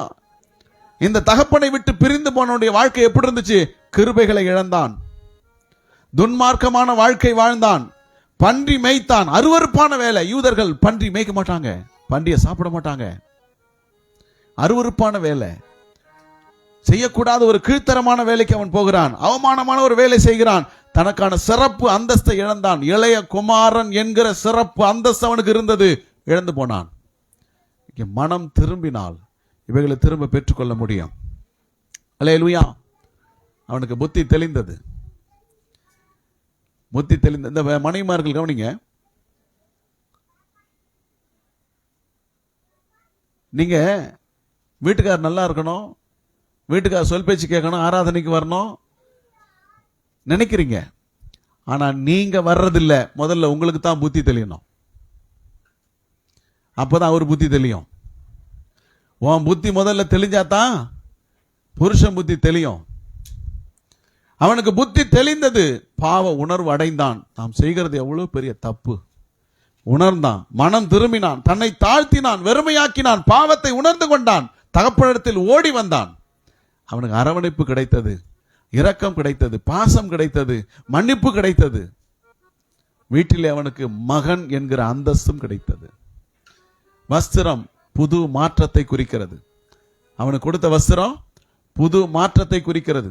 அவன் கையிலே போட்ட மோதிரம் இவன் என்னுடைய மகன் என்கிற அதிகாரத்தை குறிக்கிறது. அவன் காலிலே போட்ட செருப்பு தகப்பனோட ஐக்கியம் உள்ளவன் என்பதை குறிக்கிறது. அது 3 கொடுத்தான். இப்போ இல்லை, மூத்த மகன் வீட்டுக்கு வர்றான். சத்தம் கேட்ட உடனே வீட்டுக்கு வந்து தூரமா நிற்கிறான். என்ன நடந்துச்சு, ஏது நடந்துச்சு விவரத்தை அறிந்து கொண்டான். உன்னுடைய குமாரன் வந்தா, சகோதரன் வந்தா, சுகத்தோடு வந்தான்னு கேள்விப்படுறான். உடனே உள்ள வர்றதுக்கு அவனுக்கு விருப்பம் இல்லை. அந்த பிள்ளையை கூப்பிடுங்க, ஊசி போடுங்க. சோத்திரம். அப்ப உடனே பாருங்க, நான் உள்ள வரமாட்டேன். தகப்பனே சொல்றான், தகப்பனே நான் உள்ளே வர மனதில்லை, எனக்கு உள்ள வர. வேசிகளிடத்தில் அழித்து போட்டான். ஆசியை போய் வேசிகளிடத்தில் அழித்து போட்டு நீங்க என்ன செய்றீங்க?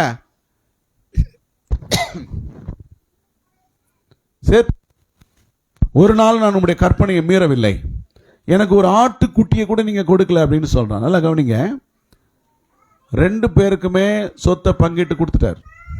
பைபிள் சொல்லுது, ஆசிய இருவருக்கும் பங்கிட்டு கொடுத்தான் என்று வேதம் தெளிவாக சொல்லுகிறது. 2 பேருக்குமே 4 பங்கு கொடுத்துட்டார். மீதி 2 பங்கு தகப்பனுடையது. 2 பங்கு தகப்பனுடையது. நீ எப்போது என்னோடு இருக்கிறாய், என்னுடையது எல்லாம் உன்னுடையதுன்னு தகப்பன் சொல்றாரே, அதுக்கு என்ன அர்த்தம்னா, மூத்த மகனுடைய சொத்து வச்சுக்கல, இவருடைய பங்கு 2 இருக்கு. இவர் உயிரோடு இருக்கிற வரைக்கும் அது இவருடையது. அதுக்கப்புறம் அதை மூத்த மகனுக்கு கொடுப்பாங்க. அதுதான் சேஷ்டபுத்திர பாகம். இந்த சேஷ்டபுத்திர பாகம் அவனுக்கு 2 மடங்கு, 2 பங்கு ஆசி என்று அர்த்தம். இவருடைய பங்கு பூரா அவருக்கு தாங்கிறத அப்படி சொல்றாரு. 2 பங்கு உனக்கு ஆசீர்வாதம் இருந்தாலும் கூட ஒருத்த மனம் திரும்பி வந்தா உன்னால என்ன செய்ய முடியல, ஏத்துக்க முடியல. உண்மையிலேயே மனம் திரும்ப வேண்டியது யார் தான்? மூத்த மகன் தான். இன்னைக்கு நிறைய மூத்த மகன்கள் மனம் திரும்பாமலே இருக்கிறாங்க. அப்படின்னா என்ன அர்த்தம்? முந்தினோர். யாரு? முந்தினோர். முந்தினோர் எல்லாம் எப்படி ஆயிட்டாங்க? இப்ப போயிட்டாங்க. பின்னாடி இருக்கிறவங்க என்ன ஆயிட்டாங்க? இப்ப ஆமா, ரொம்ப நாளா வர்றாங்க. ஆனா அவங்க ஞாயிற்றுக்கிழமை வருவாங்க, அது கூட எங்கன்னா ஊருக்கு போயிட்டாங்க, லீவ் விட்டுருவாங்க. நீ எங்கேயாவது வெளியே போனேன்னா, என்னுடைய அனுமதி இல்லாம ஞாயிற்றுக்கிழமை ஆராதனைக்கு வராம போனேன்னா ஜாக்கிரதை, உன் உயிருக்கும் உனக்கும் உத்தரவாதம் கிடையாது. பைபிள் சொல்லுது. அதிகாரமாக நான் சொல்லுவேன், தைரியமாக சொல்லுவேன், பயப்பட மாட்டேன். நீ எங்க போறதா இருந்தாலும் போதகருடைய அனுமதியை கேட்டு தான் நீ போகணும். கைக்குள்ளான ஆடுகள், வசனம் சொல்லுது, என் கைக்குள்ளான. நான் உத்தரவாதம் அதுக்கு பண்றேன், நான் பதில் சொல்லி ஆகணும். அதனால நம்ம இஷ்டத்துக்கெல்லாம் போகக்கூடாது. கிறிஸ்தவ வாழ்க்கை கட்டுப்பாடு உள்ளது. மனம் திரும்பி வந்தான். அவனுக்கு தேவன் அவனுக்கு என்ன ஆசீர்வாதத்தை கொடுத்தா? அவனை ஒரு திருப்பு முனையாக மாற்றினார். மகிமையை பெற்றுக்கொண்டான். மூத்தவனுக்கு வெறும் ஆஸ்தி தான். எனக்குள்ளதெல்லாம் உனக்குள்ளது அப்படின்னு சொன்னாரே, அது ஆஸ்தி, ஆசீர்வாதம் மட்டும்தான். ஆனா இவனுக்கு என்ன கிடைச்சது? மகிமையை கர்த்தர் கொடுத்தார். புதிய வஸ்திரம், புதிய பாதரட்சை, புதிய மோதிரம், இது எல்லாமே மகிமைக்கான அடையாளம். கர்த்தர் மகிமையான வாழ்க்கையை அவனுக்கு கொடுத்தார். நீ திரும்பினால் அவமானத்திலிருந்து கர்த்தர் உன்னை மகிமைக்கு கொண்டு போவார். அல்லேலூயா சொல்லுவோமா? அல்லேலூயா. மூன்றாவது, பேதுருவின் மனம் திரும்புதல், தேசத்தின் எழுப்புதல். நீ மனம் திரும்பினால் உன் குடும்பத்தில் எழுப்புதலை கர்த்தர் தருவார். எத்தனை பேர் விசுவாசிக்கிறீங்க? லூக்கா சுவிசேஷம் 22ஆம் அதிகாரம் 60 முதல் 62. அதற்கு பேதுரு, மனுஷனே, நீ சொல்லுகிறதை நான் அறியேன் என்றான். அவன் இப்படி சொன்ன உடனே சேவல் கூவிற்று. அப்பொழுது கர்த்தர் திரும்பி பேதுருவை நோக்கி பார்த்தார். சேவல் கூவுகிறதற்கு முன்னே நீ என்னை 3 தரம் மறுதலிப்பா என்று கர்த்தர் தன்னிடத்தில் சொன்ன வசனத்தை உடனே பேதுரு நினைவு கூர்ந்து வெளியே போய் மனம் கசந்து அழுதான். கர்த்தர் சொன்ன, என்ன மறுதலிக்க போற? சேவல் கூவுறதுக்கு முன்னாடி என்ன செய்ய போற? மறுதலிக்க போறேன் அப்படின்னு சொன்னார். அப்படியே நடந்துச்சு. நடந்த உடனே பேதுரு மனம் கசந்து அழுதான், மனம் திரும்பினான். அப்ப என்ன மறுதலித்தான்? இப்ப சூழ்நிலைகள் வரும்போது நாம் என்ன செய்யறோம்? இயேசுவே மறுதலிக்கிறோம். மத்தேயு சுவிசேஷம் தெளிவா சொல்லுது. 26ஆம் அதிகாரம் 69 முதல் 75 வரைக்கும் உள்ள வசனங்கள் கவனிங்க. அத்தருணத்தில் பேதுரு வெளியே வந்து அரமனை முற்றத்தில் உட்கார்ந்திருந்தான். தம்பி, வெளியே போகக்கூடாது. யாரும் மெசேஜ் கொடுக்கும்போது யாரும் எந்திரிக்கூடாது, போகக்கூடாது, வரக்கூடாது. அது ஒழுங்கினம், அசட்டைத்தனம். கவனிக்கணும். எல்லாரும் உங்களை கவனிப்பாங்க. உட்காருங்க. அப்போது வேலைக்காரி ஒருத்தி அவனிடத்தில் வந்து, நீயும் கலிலேயன் ஆகிய இயேசுவோடு கூட இருந்தாய் என்றால். பெண்கள் கவனிக்கிறவர்கள் கவனிங்க. ஹலோ, நான் சொல்லட்டுமா? சபைக்குள்ளே உட்கார்ந்து இருக்கிற நீங்க 10,000 CCTVக்கும் அதிகமாய் பவர் உள்ளவர்கள். எத்தனை பேர் ஆமேன்னு சொல்றீங்க? என்ன லேஸ் போட்டவங்களா நீங்க? உங்க பார்வையிலிருந்து யாராவது தப்ப முடியுமா? உங்களுடைய பார்வை சூப்பரா ஸ்கேன் பண்ணும், எக்ஸ்ரே எடுக்கும், பவர் உள்ளது. எத்தனை பேர் ஆமேன்னு சொல்றீங்க? அல்லேலூயா. சிரிப்பு தான் வருது. அங்க இருக்கிற ஒருத்தி என்ன செய்யறா? அரமனை முற்றத்தில் உட்கார்ந்து இருக்கிற அப்போ வேலைக்காரி அவனிடத்தில் வந்து, நீயும் கலிலேயனாகிய இயேசுவோடு இருந்தாய். நான் பார்த்திருக்கேன். என்ன சொல்ற? நான் பார்த்திருக்கேன். பெண்கள் பவர்ஃபுல். கண்டுபிடிச்ச உடனே சொல்லிட்டா. அதற்கு, நீ சொல்லுகிறது எனக்கு தெரியாது என்று எல்லாருக்கும் முன்பாக, நீ சொல்லுகிறது எனக்கு தெரியாது, நான் இயேசுவோடு இருந்தாய் நீ சொல்றல, அதெல்லாம் எனக்கு தெரியாது. அந்த ஆள் யாருன்னு எனக்கு தெரியாது. எத்தனை பேர் இயேசுவோடு இருக்கிறீங்க? எத்தனை பேர் இயேசுவோடு இருக்கிறீங்க? இல்ல முற்றத்தில் உட்கார்ந்து இருக்கிறீங்களா?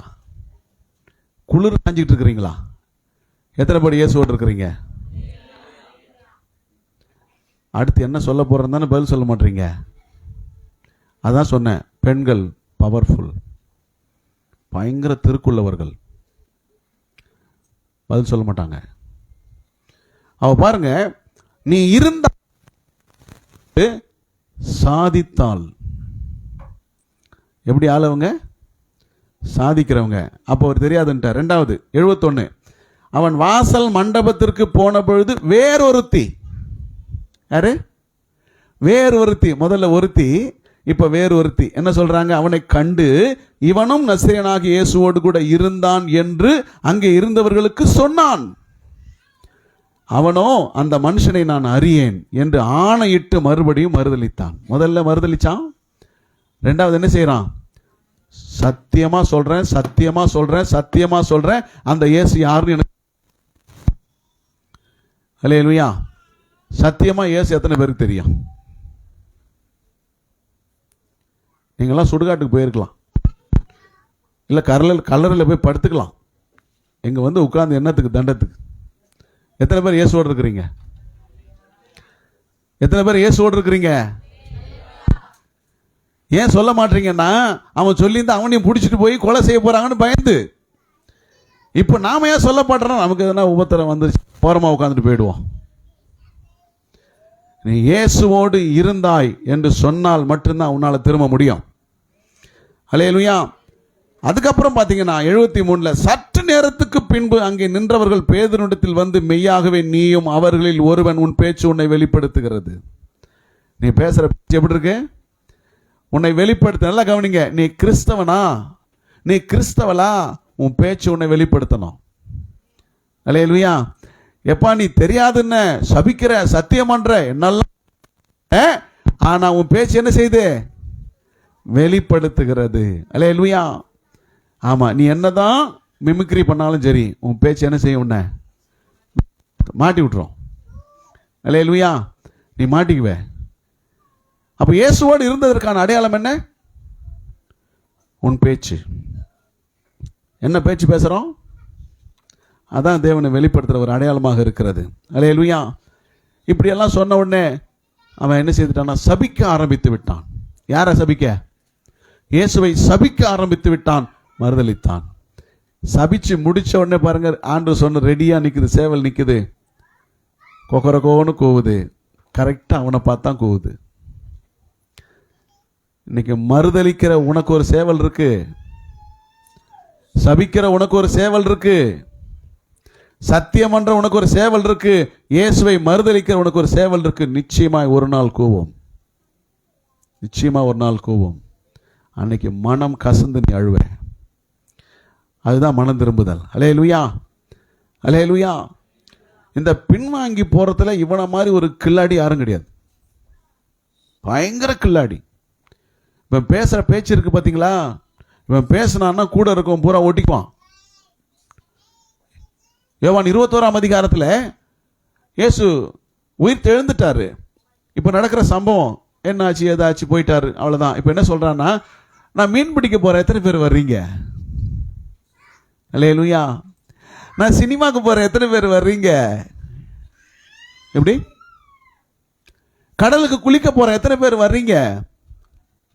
நாங்கள் சின்ன வயசில் படிக்கும்போது காசிமேடில் குளிக்க போனோம்னா ரொம்ப சந்தோஷம், லீவை போட்டு போயிடுவோம். நல்லா ஜாலியாக இருக்கும் குளிக்கிறதுக்கு. இப்படி வெளியே சுத்தணும்னா அந்த மாதிரிலாம் ஒரு ஜாலி இருக்கும். இப்போ நம்ம கூட இருக்கிறோம், நம்மளை கூப்பிடுறான், போறேன் வர்றியா? எத்தனை பேர் போகிறோம்? நான் போன் போட்டு கூப்பிட்டா வர்றேன் ஐயா. ஆனால் ஃப்ரெண்டு போன் போட்டு கூப்பிடுறதுக்கு முன்னாடி ரோட்டில் நிற்கிறான், டே மச்சான் இங்கே நிற்கிறேன்டா, என்னை பிக்கப் பண்ணிக்கிட்டான். எப்போதும் தெருவில் நிற்கிற உன்னை பிக்கப் பண்ண ஃப்ரெண்டு வரமாட்டான். உன்னை பிக்கப் பண்ண இயேசு வருவார். அவருக்காய் காத்துரு. அல்லேலூயா. மீன் பிடிக்க போகிறேன், எல்லாம் போயிட்டாங்க. உடனே படவேறினார்கள், போனாங்க. வசனம் சொல்லுது, ஒன்றும் கிடைக்கல. இயேசுவை விட்டு பின்வாங்கி போய் நீ என்னதான் வலை போட்டாலும் சரி, என்னதான் உழைச்சாலும் சரி, என்னதான் வேலை பார்த்தாலும் சரி, என்ன திருக்கு பண்ணாலும் சரி, ஒன்றும் கிடைக்காது. கிடைக்கவே கிடைக்காதுங்கிறத மனசுல வச்சுங்க. திரும்பி வா, திரும்பு. பேதுரு திரும்பினான். புதிய சபை உருவானது. புதிய சபை உருவானது. அப்போஸ்தலர் நடவடிக்கைகள் 2ஆம் அதிகாரம் 38-41 பேசும்போது பேதுரு அவர்களை நோக்கி, நீங்கள் மனம் திரும்பி, நான் திரும்பினது போல நீங்கள் மனம் திரும்பி, சொல்றாரு, நான் மனம் கசந்து அழுது திரும்பினேன், அதுபோல நீங்களும் மனம் திரும்பி தேவனை ஏற்றுக்கொள்ளுங்க, தேவனுக்கு வாழ்க்கையை ஒப்பு கொடுங்க, மாறுபாடுள்ள சந்ததியை விட்டு விலகுங்க, கர்த்தர் உங்களை ஆசீர்வதிப்பார் என்று சொல்றான். புதிய சபை உருவானது. இந்த வார்த்தையை கேட்ட 3000 பேர் ரட்சிக்கப்பட்டார்கள், 5000 பேர் ரட்சிக்கப்பட்டார்கள். ஒன்றுமில்லாத சபை 8000 பெருகிவிட்டது. தேசம் எழுப்புதல் அடைகிறது. பேதுரு நடந்து போகிற வழியை பார்த்து கொண்டிருக்கிறார்கள். எந்த பக்கம் போவார்னு கெஸ் பண்றாங்க. பிரசங்கம் முடிஞ்சா என்ன செய்வான்? எந்த வழியில போயிடும், ஃபில் பண்ணுங்க. எல்லா வழியும் அங்க என்ன செய்யறாங்க? படுக்கையில வியாதி வைக்கிறார்கள். பேதுருவை சந்திக்க முடியாது, ரொம்ப பிஸி. அவர் நடந்து போறாரு. சாயங்காலத்திலேயோ நைட்லயோ இல்ல, பட்ட பகல்ல வெயில்ல நடந்து போறாரு. அப்போதான் நிழல் படும். பேதுருவின் நிழல் பட்டு வியாதிக்காரர்கள் சுகமானார்கள். நிழல் படணும் என்று பேதுரு நடக்கல, அவர் நடந்து போற பாதையில நிழல் படும் என்று எண்ணி அங்கே செய்யறாங்க, படுக்க வைத்திருந்தார்கள். மறுதலித்தவன் மனம் திரும்பினான், தேவனை தேடி வந்தான், திருப்பு முனையானான். கர்த்தர் தேசத்தில் எழுப்புதலை கொடுத்தார். நீ மனம் திரும்பினா கர்த்தர் உன் குடும்பத்தில் எழுப்புதலை கொடுப்பார். அல்லேலூயா சொல்லுவோமா? குடும்பத்தில் பெரிய எழுப்புதல் வரும். எத்தனை பேர் விசுவாசிக்கிறீங்க? அல்லேலூயா. கர்த்தருக்கு மகிமை உண்டாகட்டும், கர்த்தருக்கு மகிமை உண்டாகட்டும். அடுத்ததாக நினிவே பட்டணத்தார். யோனா எழுதின யோனாவின் புஸ்தகம் 3ஆம் அதிகாரம் 5 முதல் 10 வரைக்கும் வேதம் சொல்லுது. நினிவேயில் உள்ள ஜனங்கள் தேவனை விசுவாசித்து உபவாசம் செய்யும்படி கூறினார்கள். பெரியோர் முதல் சிறியோர் மட்டும் ரட்டுடுத்தி கொண்டார்கள். இந்த செய்தி நினிவேயின் ராஜாவுக்கு எட்டின போது அவன் தன் சிங்காசனத்தை விட்டு எழுந்து தன் உடுத்தி இருந்த உடுப்பை கயற்றி போட்டு ரட்டை உடுத்தி கொண்டு சாம்பலில் உட்கார்ந்தான். அவன் போட்ட கட்டளை, மிருக ஜீவன்கள் முதற்கொண்டு மேயக்கூடாது, சாப்பிடக்கூடாது, தண்ணி குடிக்கூடாது. காரணம் என்ன? காரணம் என்ன? ஒரே ஒரு செய்தி, நல்லா கவனிங்க. ஒரே ஒரு செய்தி, கர்த்தருனை ஆசீர்வதிப்பார், கர்த்தருனை உயர்த்துவார், கர்த்தருனை ரட்சிப்பார், தயவு செய்து மனம் திரும்பிக்கோன்னு ஒரே பிரசங்கம். என்ன? 40 நாள் இருக்கு. 3 நாள் பிரயாணம் பண்ண வேண்டிய ஊருக்கு ஒரே நாள் பிரயாணம் பண்ணி ஊருக்குள்ள போயிட்டு சொன்ன ஒரே வார்த்தை, 40 நாள் உண்டு, நினிவே அழிக்கப்படும். பிரசங்கம் எப்படி? வேண்டாம் வெறுப்பான பிரசங்கம், இரக்கமில்லாத பிரசங்கம், கிருபை இல்லாத பிரசங்கம். ஆனா வார்த்தை தேவனுடையது. அல்லேலூயா. கொஞ்சம் கூட இரக்கம், நாசமா போகட்டும் தான் பிரசங்கம். அழிய வேண்டும் என்று எதிர்பார்க்க பிரசங்கம். அதுக்கு எதிர போய் கூடாரம் போட்டு உட்கார்ந்து இருக்கிறான். 40 நாள் முடிஞ்ச உடனே இந்த பட்டணத்துக்கு என்ன அழிவு வரப்போகுது, இந்த குடும்பத்துக்கு என்ன அழிவு வரப்போகுது, இந்த மனுஷனுக்கு என்ன அழிவு வரப்போகுது, இவன் எப்படி நாசமா போறான்னு பார்க்கணும்னு அவளோட எதிர்காத்து இருக்கான். நல்லா கவனிக்கணும். 40 நாள் உண்டு. 40 நாள்ல நீ மனம் திரும்பலன்னா நீ செத்துருவேன்னு கர்த்தர் ஒரு பிரசங்கம் பண்ணாக்கா எத்தனை பேர் ஏத்துப்பீங்க? அல்லேலூயா. என்ன பாருங்க, என்ன பாருங்க, தலை குனிய கூடாது. தலை குனிய வைக்கிறவர் இயேசு அல்ல, உன்னை தலை நிமிர்ந்து நடக்க பண்ணுகிறவர். கைகளை வைத்த போது அவன் தலை நிமிர்ந்து பார்த்தா, தலை நிமிர்ந்து தேவனை மகிமைப்படுத்தினா, நான் நிமிர பண்ணுகிறவர். 40 நாள் உண்டு, நினிவே கவிழ்க்கப்பட்டு போகும். கர்த்தர் பேசுறார். நினிவே யோனா பேசுறார். யோனாவுக்கு ஏன் அவங்கள பிடிக்காதுன்னா, அவங்க ரொம்ப கொடூரக்காரர்கள். கவனிங்க, ஏன் பிடிக்காம போச்சு காரணம் சொல்றேன். இப்போ ஒருத்தரை பிடிக்கலன்னா காரணம் இருக்கும்ல. ஒருத்தர் மேல இரக்கமே வைக்காமல் அழிஞ்சே போகணும்னு சொல்லக்கூடிய அளவுக்கு நம்முடைய மனசுல வெறி இருக்குன்னு சொன்னாக்க ஒரு காரணம் இருக்கும்ல. அப்ப யோனாவுக்கு ஏன் இந்த காரணம் அப்படின்னா, நினிவே பட்டணத்துடைய ஆட்களுடைய அவங்க செய்யற வேலை என்னன்னா, இஸ்ரவேலர்களை சிறைபிடித்து கொண்டு போகும்போது, நல்லா கவனிங்க, சிறைபிடிச்சிட்டு போயிட்டு ஒரு கையையும் ஒரு காலையும் வெட்டுருவாங்க. கவனிக்கிறீங்களா? ஒரு கையையும் ஒரு காலையும் வெட்டிட்டு உயிர் இருக்கும். இப்படி எல்லாரையும் வைக்க போற மாதிரி அப்படியே குவிச்சு கீழ் ஊத்தி கொளுத்திடுவாங்க. என்ன செய்வாங்க? கொளுத்திடுவாங்க. இந்த வெளிச்சத்திலே குடித்து கும்மாளம் அடித்து அவங்க தேவர்களை புகழ்ந்து ஆரவாரிப்பார்கள்.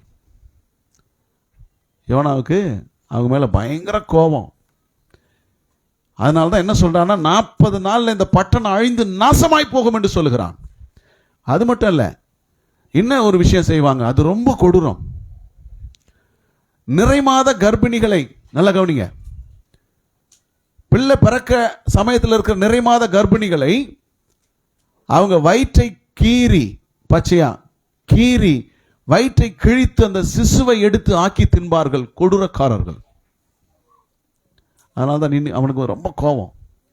இப்படிப்பட்ட கொடூரமானவர்களை தேவன் காப்பாற்ற போறன்னு சொல்றாரு. ஒரே நாள் பிரசங்கத்துக்கே அவங்க உபவாசம் போட ஆரம்பிச்சிட்டாங்க. மனம் திரும்பிட்டாங்க. இப்போ மனம் திரும்பினது யோனாவுக்கு பிடிக்கல. தேவன் அவர்களுக்கு சொன்ன தீங்கை செய்யாமல் மனஸ்தாபப்படுறாரு. ஐயோ, நான் ஒன்றும் பண்ண முடியாது, இவங்களை வலது கைக்கும் இடது கைக்கும் வித்தியாசம் அறியாத 1,20,000 பேருக்கு மேல ஆட்கள் இருக்கிறாங்க, எப்படி நான் அழிப்பேன்? மனம் திரும்பிட்டான். மனம் திரும்பினால் தேவனால் அழிக்கவே முடியாதுங்கிற இரக்கத்தை தேவன் அங்கே வெளிப்படுத்துகிறார். நீ மனம் திரும்பினால் உனக்கு அழிவே வராது, தேவன் அழிக்கவே முடியாது என்பதை, சத்தியத்தை வெளிப்படுத்துகிறார்.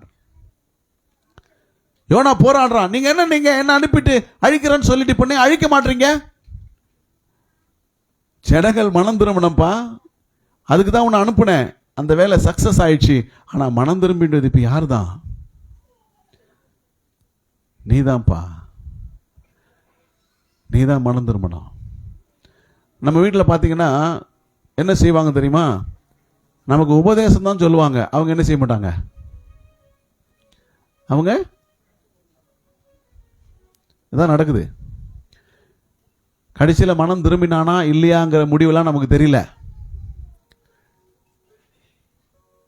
அவன் சொல்றான், நீங்க அழிக்காததுக்கு நான் செத்தாலும் பரவாயில்லன்றான். நீ மரண பரியந்தம் எரிச்சலா இருக்கிறது நல்லதோ? ஆமா, நான் செத்தா கூட பரவாயில்ல, நான் எரிச்சலாவே இருந்து சாவரம் போங்கன்ட்டான். இன்னைக்கு நிறைய பேர் இப்படிப்பட்ட குணத்துல தான் இருக்கிறாங்க. ஆனா ஜனங்கள் மனம் திரும்பினார்கள். இந்த மனம் திரும்புதலுக்கு பிறகு 200 வருடங்கள் நினிவே பட்டணம் கர்த்தருக்கு பயந்து வாழ்ந்தது. அல்லேலூயா. கர்த்தர் திரும்பினால் திருப்புமுனையாக்குவார், திரும்பினால் கர்த்தர் வாழ்வை கட்டுவார். அல்லேலூயா. கடைசியாக பார்த்தா லூக்கா சுவிசேஷம் 19ஆம் அதிகாரம் 1 முதல் 10 வரைக்கும் சகேயுவை குறித்து வேதம் சொல்லுகிறது. சகேயுவை பற்றி வேதம் என்ன சொல்லுதுன்னா, சமுதாயம் அவனை பாவி என்று சொல்லுகிறது. சமுதாயத்துக்கு அவன் பாவி, ஜனங்களுக்கு அவன் பாவி, தன் பார்வைக்கும் அவன் பாவி, தேவனுடைய பார்வைக்கும் அவன் பாவியாக வாழ்கிறான். வரி வசூலிக்கிற வேலையிலே அநியாயமாய் நடக்கிறான், துன்மார்க்கமாய் வாழ்கிறான், ரோம அரசாங்கத்துக்கு உண்மை இல்லவனாய் யூத ஜனங்களை கஷ்டப்படுத்துகிறான், தேவனை கஷ்டப்படுத்துகிறான். எப்படியோ இயேசுவை குறித்து கவலைப்பட்டு கேள்விப்பட்டு வந்துட்டான். ஒருவேளை சக ஊழியர்கள் சொல்லியிருக்கலாம், மத்தேயு சொல்லியிருக்கலாம், யாரோ சொல்லியிருக்கலாம், கேள்விப்பட்டிருக்கான். இப்போ இயேசுவை பார்க்க வேண்டும். நல்லா கவனிங்க. மனம் திரும்பினவர்களுக்கு வரும் தடையை குறித்து பேசுகிறேன். நீ மனம் திரும்பிட்ட, உனக்கு தடை வரும். மனம் திரும்பினவனே இயேசுவை பார்த்துட முடியாது, அதுக்கு ஒரு தடை வரும். இப்போ மனம் திரும்பினவனுக்கு தடை ஒன்று வருகிறது. என்ன தடை வருது? இயேசுவை பார்க்கணும்னு ஆசையா இருக்கு, ஆனா பார்க்க முடியல. அதுக்கு தடை என்னன்னா, ஜனங்கள் தடையாக இருக்கிறார்கள். ஏகப்பட்ட கூட்டம். இந்த கூட்டம் அப்படியே சுற்றி இருக்கிறது, இயேசுவை பார்க்கவே முடியாது. ஏன்னா இவர் இருக்கிறதோ 4 அடி தான் இருக்கிறார். இவர் ரொம்ப குள்ளமாக இருக்கிறாரு, இயேசுவை பார்க்க முடியல. ஒன்று ஜனங்கள் தடையா இருக்கிறாங்க, இன்னொன்று தன்னுடைய வளர்ச்சி தானே தடையாக இருக்கிறது, முடியல. இப்ப யோசிக்கிறான், இந்த காட்டத்தி மரத்தில் ஏறினால் நிச்சயமாக நம்ம பார்த்து விடலாம் என்று யோசிக்கிறான். நல்லா கவனிங்க. காட்டத்தி மரம் என்னும் முருங்கை மரம் மாதிரி மெலிசா இருக்காது. காட்டத்தி மரம் குறைந்தது 9 மீட்டர் சுற்றளவுக்கு கனமாக இருக்கும். 9 மீட்டர் சுற்றளவு கனமுள்ள ஒரு மரத்தில் முள்ளு இருக்கும். அதுல ஏறுவது சாதாரண விஷயம் அல்ல. இப்ப இந்த மரத்தில் ஏறுவதே கடினம். ஆனா இருக்கிற வழியோ ஒன்றுதான், ஏறியே ஆக வேண்டும். எப்படியோ ஏறிட்டான். நல்லா கவனிங்க. இயேசுவை பார்க்கணும்னா, மனம் திரும்பிய உனக்கு இயேசுவை பார்க்கணும்னா தடை இருக்கத்தான் செய்யும். அந்த தடையையும் மீறி நீ இயேசுவை பார்க்க வாஞ்சிப்பாயானால் இயேசு உன்னை பார்ப்பார். மரத்தில் ஏறிட்டான். நல்லா கவனிங்க. மரத்தில் ஏறின பிறகு இயேசு யார் என்று தெரியவில்லை. கூட்டத்தில் இயேசுவை கண்டுபிடிக்கிறது கஷ்டங்க. ஏன்னு சொன்னா எல்லாரும் ஒன்று போல ட்ரெஸ் பண்ணியிருப்பாங்க. சீஷர்களும் ஒன்று போல இருக்கிறாங்க, இயேசுவும் ஒரு மாதிரி இருக்கிறாரு. இதுல இயேசு யார் என்று எப்படி கண்டுபிடிக்கிறது? முடியல. நீ மனம் திரும்பினது இயேசுவுக்கு தெரியும், இயேசுவை பார்க்க வேண்டும் என்று விரும்பினது தெரியும், வாஞ்சை கொண்டது தெரியும், மரத்துல ஏறினது தெரியும். இவ்வளோ கூட்டம் இருக்கிறது. இயேசு யாரை பார்த்தார்? அண்ணாந்து இயேசு சகவையை பார்த்தார். என்னைக்கு இயேசு உன்னை பார்ப்பாரோ அன்னைக்கு உலகம் உன்னை பார்க்கும். அல்லேலூயா. இயேசு உன்னை என்னைக்கு பார்த்தாரோ அன்னைக்கு தான் உலகம் உன்னை பார்க்கும். அது வரைக்கும் யாரும் உன்னை பார்க்க மாட்டாங்க. இன்னைக்கு இயேசு உன்னை பார்க்க விரும்புறார். எத்தனை பேர் விரும்புறீங்க? மரத்தில் ஏறுங்க. கூப்பிடுறார், சீக்கிரமாக இறங்கி வா. ஏறுறது ரொம்ப கஷ்டம். இந்த பனைமரம் இருக்குது பார்த்தீங்களா, இப்போ தான் கயிறுலாம் போட்டு எவ்வளோ ஏறுறோம். அப்போல்லாம் அந்த பனைமரத்தில் நான் ஏறியிருக்கேன். வருஷந்தோறும் ஸ்கூல் லீவ் விட்டால் ஊருக்கு போயிடுவேன். ஒரு பனைமரம் விட மாட்டேன். எல்லாத்துலையும் ஏறி குருத்தில் உட்காந்துக்கின்னு எல்லாத்தையும் பிஞ்சை முதற்கொண்டு வெட்டி போட்டுருவேன். சூரிய கத்தி இடுப்பில் சொருவிக்கிட்டு மேலே ஏறி என் நெஞ்செல்லாம் பார்த்தீங்கன்னா அப்படியே தேஞ்சி ரத்தமாக தேஞ்சி அது பக்கு காஞ்சி கோடு கோடாக வெள்ளை வெள்ளையாக இருக்கும். ஏன்னா அப்படி அணைச்சிக்கிட்டு தான் ஏறணும். ஏறுறது கொஞ்சம் ஏறிடலாம், ஆனால் இறங்கும் போது அதிகமாக கிழிச்சிடும். வடம் போட்டு கயிறு போட்டு இறங்குறதுலாம் தெரியாது. அப்படி அணைச்சி பிடிச்சி தான் ஏறணும். இந்த மரம் அணைச்சி பிடிச்சி ஏறக்கூடிய அளவுலையும் இல்லை, ரொம்ப கனமாக இருக்குது. ஏறுறதே கஷ்டம், இறங்குறது எவ்வளோ சிரமம். ஆண்டவர் சொல்ல, சீக்கிரமாக இறங்கி வா. என்ன ஆனாலும் பரவாயில்ல, இறங்கிட்டான். அடுத்து பாருங்க, இன்னைக்கு நம்ம வீட்டில் தங்கணுங்கிறார். எதுவுமே கேட்கலாமே, எதுவுமே கேட்கல. மனம் திரும்பினவர்களுடைய உள்ளத்தை இயேசு அறிந்திருக்கிறார்.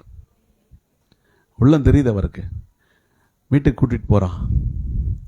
இயேசு உள்ள வந்தவுடனே பாவத்தின் கிரியைகள் வெளியே போகிறது. இயேசு உள்ள வந்தவுடனே பாவத்தின் கிரியைகள் வெளியே போகிறது. அவனே சொல்றான், நான் ஏதாவது பாவம் செய்திருந்தா, எதையாவது அநியாயமா வாங்கியிருந்தா நாளத்தனியாய் திரும்ப கொடுக்கிறேன். பாவ அறிக்கை செய்கிறான். எத்தனை பேர் வீட்டில் இயேசு இருக்கிறார்? இந்த உணர்வு நமக்கு வந்திருக்கிறதா? அல்லேலூயா. மனம் திரும்பினான். வேதம் சொல்லுது, இழந்து போனவைகளை திரும்ப பெற்றுக்கொண்டான், ரட்சிப்பை பெற்றுக்கொண்டான். அல்லேலூயா. இன்னைக்கு இயேசு உன்னை பார்க்க எரிகோவுக்கு வருகிறார். சாபத்தில் இருக்கிற ஒருவனை சாபத்திலிருந்து விடுதலையாக்கி ஆசீர்வாதமாக மாற்றுவதற்கு இயேசு எரிகோவுக்கு வருகிறார். நீங்கள் வாழ்க்கை சாபத்திலிருந்து விடுதலையாக்கப்பட்டது. அல்லேலூயா.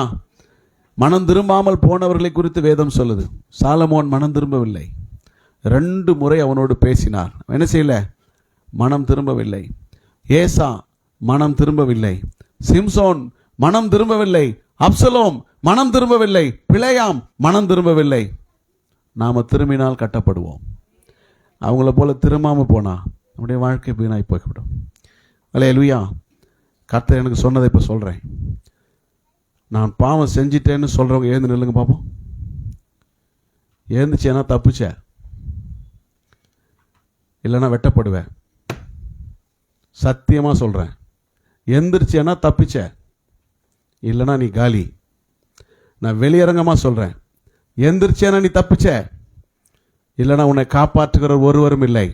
யார் பாவம் செஞ்சீங்க? எந்திரிங்களா. நான் என்னன்னெலாம் கேட்க மாட்டேன். கர்த்தருக்கு முன்பாக நான் தவறு செய்திருக்கிறேன்னு சொல்றவங்க மட்டும். இதுக்கெல்லாம் துணிச்சல் வேணும். ஆனா இந்த துணிச்சல் உன்னை காப்பாற்றும். எத்தனை பேர்? 1 2 3 4 5 6 7. கர்த்தர் பொய் சொல்லுகிறவர் அல்ல. 12 பேரை கர்த்தர் சொன்னார் எனக்கு. 12 பேர். எத்தனை பேர் நிற்கிறீங்க? 7 பேர் நிற்கிறீங்க. 8. இன்னும் 4 பேர். அல்லேலூயா. மற்றவங்களாம் ஒளிஞ்சிக்கிட்டீங்களா? எங்கேயும் ஒளிய முடியாது. கர்த்தவங்களை காப்பாற்றுவார். கர்த்தவங்களுக்கு மறுவாழ்வு கொடுப்பார். கர்த்தவங்களை சேர்த்து கொள்வார். நான் மனதார சொல்கிறேன், தேவன் பொய் சொல்லுகிறவர் அல்ல. உன் வாழ்க்கையை மறுபடியும் கட்டுவார். இன்னைக்கு திரும்பி வா. எத்தனை பேர் திரும்பி வர்றீங்க? எத்தனை பேர் திரும்பி வர போகிறீங்க? மற்றவர்கள் யாரெல்லாம் கர்த்தரோட திரும்பணும் விருப்பப்படுறீங்க? அல்லேலூயா. ஒரு ஒப்பு கொடுத்தலோட கர்த்தரை சோத்திரம் பண்ணுங்க. உங்களை வலது கையை நெஞ்சில் வச்சு இடது கையை உயர்த்தி அல்லேலூயா, அல்லேலூயா. ஆண்டவரே, என் வாழ்க்கையை நான் ஒப்பு கொடுக்கிறேன். இன்னைக்கு ஒப்பு கொடுக்கிறேன். என்னை கர்த்தர் ஏற்றுக்கொள்ளணும்னு நான் விரும்புகிறேன். என்னை தள்ளக்கூடாதுன்னு நான் விரும்புகிறேன். இந்த பாவியின் மேல் கிருபையாக இரும் என்று நான் கேட்கிறேன். எனக்கு உதவி செய்யும்படியாக கேட்கிறேன். எத்தனை பேர் கேட்க முடியும்? அல்லேலூயா, அல்லேலூயா. எல்லாம் கர்த்தரை ஸ்தோத்திரம் பண்ணுவீங்களா? ஒரு ஒப்பு கூட்டத்தோடு ஸ்தோத்திரம் பண்ணுங்களேன் ப்ளீஸ். அல்லேலூயா. ஒரு அர்ப்பணிப்போட நன்றியோடு உம்மை ஸ்தோத்திரிக்கிறோம், துதிக்கிறோம், துதிக்கிறோம், துதிக்கிறோம், மகிமைப்படுத்துகிறோம். ஆவியானவரே உமக்கு ஸ்தோத்திரம், ஸ்தோத்திரம், ஸ்தோத்திரம், ஸ்தோத்திரம். ஹல்லேலூயா, ஹல்லேலூயா, ஹல்லேலூயா, ஹல்லேலூயா. ஸ்தோத்திரிக்கிறோம், ஸ்தோத்திரிக்கிறோம், ஸ்தோத்திரிக்கிறோம். தகப்பனே நன்றியோடு உம்மை ஸ்தோத்திரிக்கிறோம், துதிக்கிறோம், மகிமைப்படுத்துகிறோம். ஆவியானவரே ஹல்லேலூயா. உள்ளமென்னும் இருட்டறையில் நீ ஓடி ஓடி ஒளிகின்றாய். உன் உள்ளுக்குள் இருந்து கொண்டு தேவன் உற்றுத்தான் பார்க்கின்றார். உள்ளம் என்னும் இருட்டறையில் நீ ஓடி ஓடி ஒளிகின்றாய். உன் உள்ளுக்குள் இருந்து கொண்டு தேவன் உற்றுத்தான் பார்க்கின்றார். நாளை நாளை நாளை என்று தினம் நாளை நீ தள்ளிடாதே. அந்த நாளும் உந்தன் நாளும் அல்ல, இந்த ரட்சிப்பை நீ தள்ளிடாதே. மனம் திரும்பு, மனம் திரும்பு, இயேசு உன்னையும் நேசிக்கிறார். உன் பொல்லாத பாவங்களை சுமந்து தீர்க்க வந்த தேவனவர். உன் பொல்லாத குணமறிந்தோ உன்னை மீட்க வந்த தேவனவர். உன் பொல்லாத பாவங்களை சுமந்து தீர்க்க வந்த தேவனவர். உன் பொல்லாத குணமறிந்தோ உன்னை மீட்க வந்த தேவனவர். சொந்த பந்தம் இல்லாமல் நீ சோகத்தோடு வாழ்கின்றாய். தேற்றுவார் இல்லாமல் ஏன் பாரத்தோடு வாழ்கின்றாய். உன் கண்ணீர் ஒவ்வொன்றோ அவர் துருத்தியில் இருக்கின்றது. அந்த நாளும் உந்த நாளும் அல்ல, இந்த ரட்சிப்பை நீ தள்ளிடாதே. மனம் திரும்பு, மனம் திரும்பு, இயேசு உன்னையும் நேசிக்கிறார். உன் பொல்லாத பாவங்களை சுமந்து தீர்க்க வந்த தேவனவர். உன் பொல்லாத குணமறிந்தோ மீட்க வந்த தேவனவர். அல்லேலூயா. கர்த்தர் உன்னை வேறொரு நோக்கத்திற்காக தெரிந்து கொண்டிருக்கிறார். நிக்கிறவங்க மாத்திரம் கொஞ்சம் முன்னாடி வாங்க. அவங்களுக்கு கொஞ்சம் வழி விடுங்க தயவு செய்து. ஒரு 2 நிமிஷம் பொறுத்து கொள்ளுங்கள். இது முக்கியமான ஒரு நேரம், நம்முடைய வாழ்க்கையை மாற்றும் ஒரு நேரம். கர்த்தருக்கு மகிமை உண்டாகட்டும், தேவனுக்கு மகிமை உண்டாகட்டும். நம்முடைய வாழ்க்கையை கர்த்தர் ஒரு நோக்கத்துக்காய் தெரிந்து கொண்டிருக்கிறார். உன்னுடைய வாழ்க்கை ஒரு நோக்கம் இருக்கு. தேவன் ஒரு நோக்கத்துக்காய் தெரிந்திருக்கிறார். உனக்கு ஒருவேளை அந்த எதிர்காலத்தின் நோக்கம் தெரியாமல் இருக்கலாம். தேவனுடைய திட்டம் உனக்கு தெரியாமல் இருக்கலாம். தேவனுடைய சித்தம் உனக்கு தெரியாமல் இருக்கலாம். ஆனா இன்றைக்கு கர்த்தர் உனக்கு பேசுகிறார். நான் உன்னை தெரிந்து கொண்டேன், நான் உன்னை தெரிந்து கொண்டேன், நான் ரூத்துவை தெரிந்து கொண்டேன், அதனால தான் கொண்டு வந்தேன். தெரிந்து கொள்ளாமல் யாரும் வர முடியாது. கர்த்தரால் தெரிந்து கொள்ளப்படாமல் யாரும் திரும்பி வர முடியாது. இளைய மகனை நான் தெரிந்து கொண்டேன், பேதுருவை நான் தெரிந்து கொண்டேன், சகேயுவை நான் தெரிந்து கொண்டேன், உன்னையும் நான் தெரிந்து கொண்டேன். நீங்கள் என்னை தெரிந்து கொள்ளவில்லை, நான் உங்களை தெரிந்து கொண்டேன். நீங்க சொல்ல முடியுமா? ஆண்டவரே, என்னை முழுவதும் உனக்கு தருகிறேன். என் விருப்பப்படி அல்ல, உம்முடைய சித்தப்படி நடக்க உமக்கு பிரியமாய் வாழ என்னை தருகிறேன் எத்தனை பேர் சொல்ல முடியும்? சொல்ல முடியுமா? பாவம் உங்களை ஜெயிக்கக்கூடாது. பாவத்தை நீங்கள் ஜெயிக்க வேண்டும்.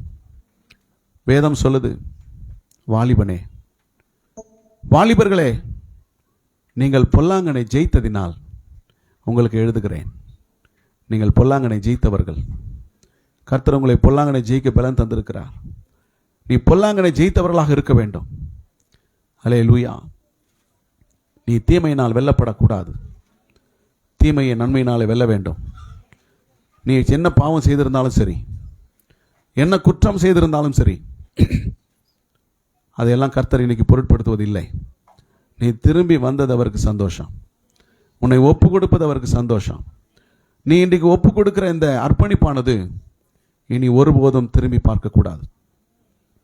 கலப்பையின் மேல் கை வைத்துவிட்டு பின்னிட்டு பார்க்கிற எவனும் தேவனுடைய ராஜ்யத்திற்கு தகுதி உள்ளவன் அல்ல. அர்ப்பணித்துவிட்டு மறுபடியும் உலகத்தையோ பாவத்தையோ திரும்பி பார்ப்பது தேவ ராஜ்யத்திற்கு தகுதி அல்ல. எழும்பி நிற்கிற கர்த்தர் உன்னோடு பேசுகிறார். எழும்பி நிற்காமல் உட்கார்ந்திருக்கிற ஒளிந்திருக்கிற உன்னோடு கர்த்தர் பேசுகிறார். உன்னை ஒப்பு கொடுத்துக்கொள், உன்னை அர்ப்பணித்துக்கொள். தேவ ராஜ்யம் சமீபமாக இருக்கிறது. தேவன் சமீபமாக இருக்கிறார். உடைய வருகை சமீபமாக இருக்கிறது. இதோ இனி வரும் காலம் இனி செல்லாது. இனி காலம் செல்லாது. இனி காலம் செல்லாது. என்ன அர்த்தம் தெரியுமா?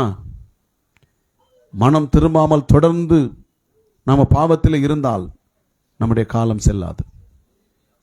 இன்னைக்கு ஒப்பு கொடுக்கும் போது கர்த்தருனை உன்னுடைய வாழ்க்கையை, உன்னுடைய எதிர்காலத்தை அவர் கட்டி எழுப்புவார்.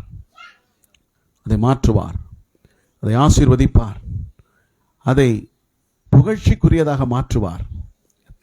அன்பு தகப்பனே, இன்னைக்கு உம்முடைய பிள்ளைகளை நம்முடைய கையில் ஒப்பு கொடுத்து ஜெபிக்கிறேன். உம்முடைய வார்த்தை ஜீவன் உள்ளது ஆண்டவரே. உம்முடைய வார்த்தை ஜீவன் உள்ளது. உம்முடைய வசனம் ஜீவன் உள்ளது. அது வெறுமையாய் திரும்பி வராது. ஆண்டவரே, உம்முடைய பிள்ளைகளுடைய எல்லா பாவங்களையும் கர்த்தர் மன்னிப்பீராக. சபையாரின் எல்லா பாவங்களையும் கர்த்தர் மன்னிப்பீராக. நாங்கள் உமக்கு முன்பாக நீதிமான்கள் அல்ல. பாவியாகி எங்கள் மேல் கிருபையாயிரும். எங்கள் மேல் கிருபையாயிரும். எங்கள் மேல் கிருபையாயிரும். எங்கள் பாவங்களை கழுவி சுத்திகரியும். எங்கள் பாவங்களை கர்த்தர் மன்னியும். ஆண்டவரே, உம்முடைய இரத்தத்தால் எங்களை கழுவி சுத்திகரியும். உம்முடைய வசனத்தால் எங்களை பரிசுத்தப்படுத்தும். விசுவாசத்தால் எங்களை பரிசுத்தப்படுத்தும். உமக்கு முன்பாக நாங்கள் வெட்கப்பட்டு போகாதபடி ஆண்டவரே எங்களுக்கு உதவி செய்யும். இனி சம்பவிக்க போகிற இவைகளுக்கெல்லாம் நாங்கள் தப்ப எங்களுக்கு உதவி செய்யும். உடைய கரத்திலே எங்களை ஒப்பு கொடுக்கிறோம். எங்களை அர்ப்பணிக்கிறோம். பெரிய காரியங்களை செய்கிற கர்த்தர், இரக்கமுள்ள கர்த்தர், ஆண்டவரே மனதுருக்கமுள்ள கர்த்தர், எங்களை தொட்டு எங்களை ஆசீர்வதித்து எங்களை பரிசுத்தப்படுத்தி உமக்கு மகிமையாய் எங்களை மாற்றுவீராக. மகிமையாய் மாற்றுவீராக. பழையவைகள் எல்லாம் ஒழிந்து போயின, எல்லாம் புதிதாயின, எல்லாம் புதிதாயின. ஆசீர்வதிப்பீராக. இயேசுவின் நாமத்தில் பிதாவே, ஆமென். எல்லாரும் எழும்பி நிற்போம். எல்லாரும் எழும்பி நிற்போம். எல்லாரும் வலது கருத்தை உயர்த்தி இடது கருத்தை நெஞ்சிலே வைத்து, ஆண்டவரே, இன்றைக்கு என்னோடு பேசி இருக்கிறேன். இந்த வார்த்தைகள் என் உள்ளத்திலே ரீங்காரம் இடுகிறது. இந்த வசனங்கள் என் உள்ளத்தை உயிர்ப்பிக்கிறது. இந்த வார்த்தை என் வாழ்க்கையை மாற்றுகிறது என்று நான் விசுவாசிக்கிறேன்னு சொல்லி எல்லாரும் கர்த்தரை நோக்கி பார்த்து ஒரு சின்ன ஜெபத்தை ஏறெடுப்போமா? எல்லாரும் எழுப்பி நின்று எல்லாரும் சொல்லுவோமா? ஆண்டவரே, எல்லாரும் சொல்லுங்க. ஆண்டவரே, இந்த வார்த்தை என் உள்ளத்தை உயிர்ப்பித்திருக்கிறது. இனி நான் உமக்கு முன்பாக பிழைத்து கொள்ள உதவி செய்யும். என்னை தாழ்த்தி ஒப்பு கொடுக்கிறேன். இயேசுவின் நாமத்தில் பிதாவே, ஆமென். எங்களை அதிகமாய் நேசிக்கிற பரலோக பிதாவே, இயேசு கிறிஸ்துவின் விலையேற பெற்ற நாமத்தில் பிள்ளைகளை ஆசீர்வதிக்கிறேன். சபையாரை ஆசீர்வதிக்கிறேன். ஒவ்வொருவரையும் ஆசீர்வதித்து ஜெபிக்கிறேன். இயேசு கிறிஸ்துவின் விலையேற பெற்ற நாமத்தினாலே, பிதா, குமாரன், பரிசுத்த ஆவியாருடைய நாமத்தினாலே சபையை ஆசீர்வதிக்கிறேன். ஒவ்வொருவரையும் ஆசீர்வதிக்கிறேன். உம்முடைய ஆசீர்வாதம் அவர்கள் சிரசின் மேல் தங்கி இருக்கட்டும். எல்லாரும் வருகைக்கு ஆயத்தமாகட்டும். ஒருவர் வெட்கப்பட்டு போகாதபடி காத்துக்கொள்ளும். கிருபையுள்ள கர்த்தர் உங்களை ஆசீர்வதிப்பீராக. இயேசுவின் நாமத்தில் வேண்டி ஜெபிக்கிறேன் நல்ல பிதாவே.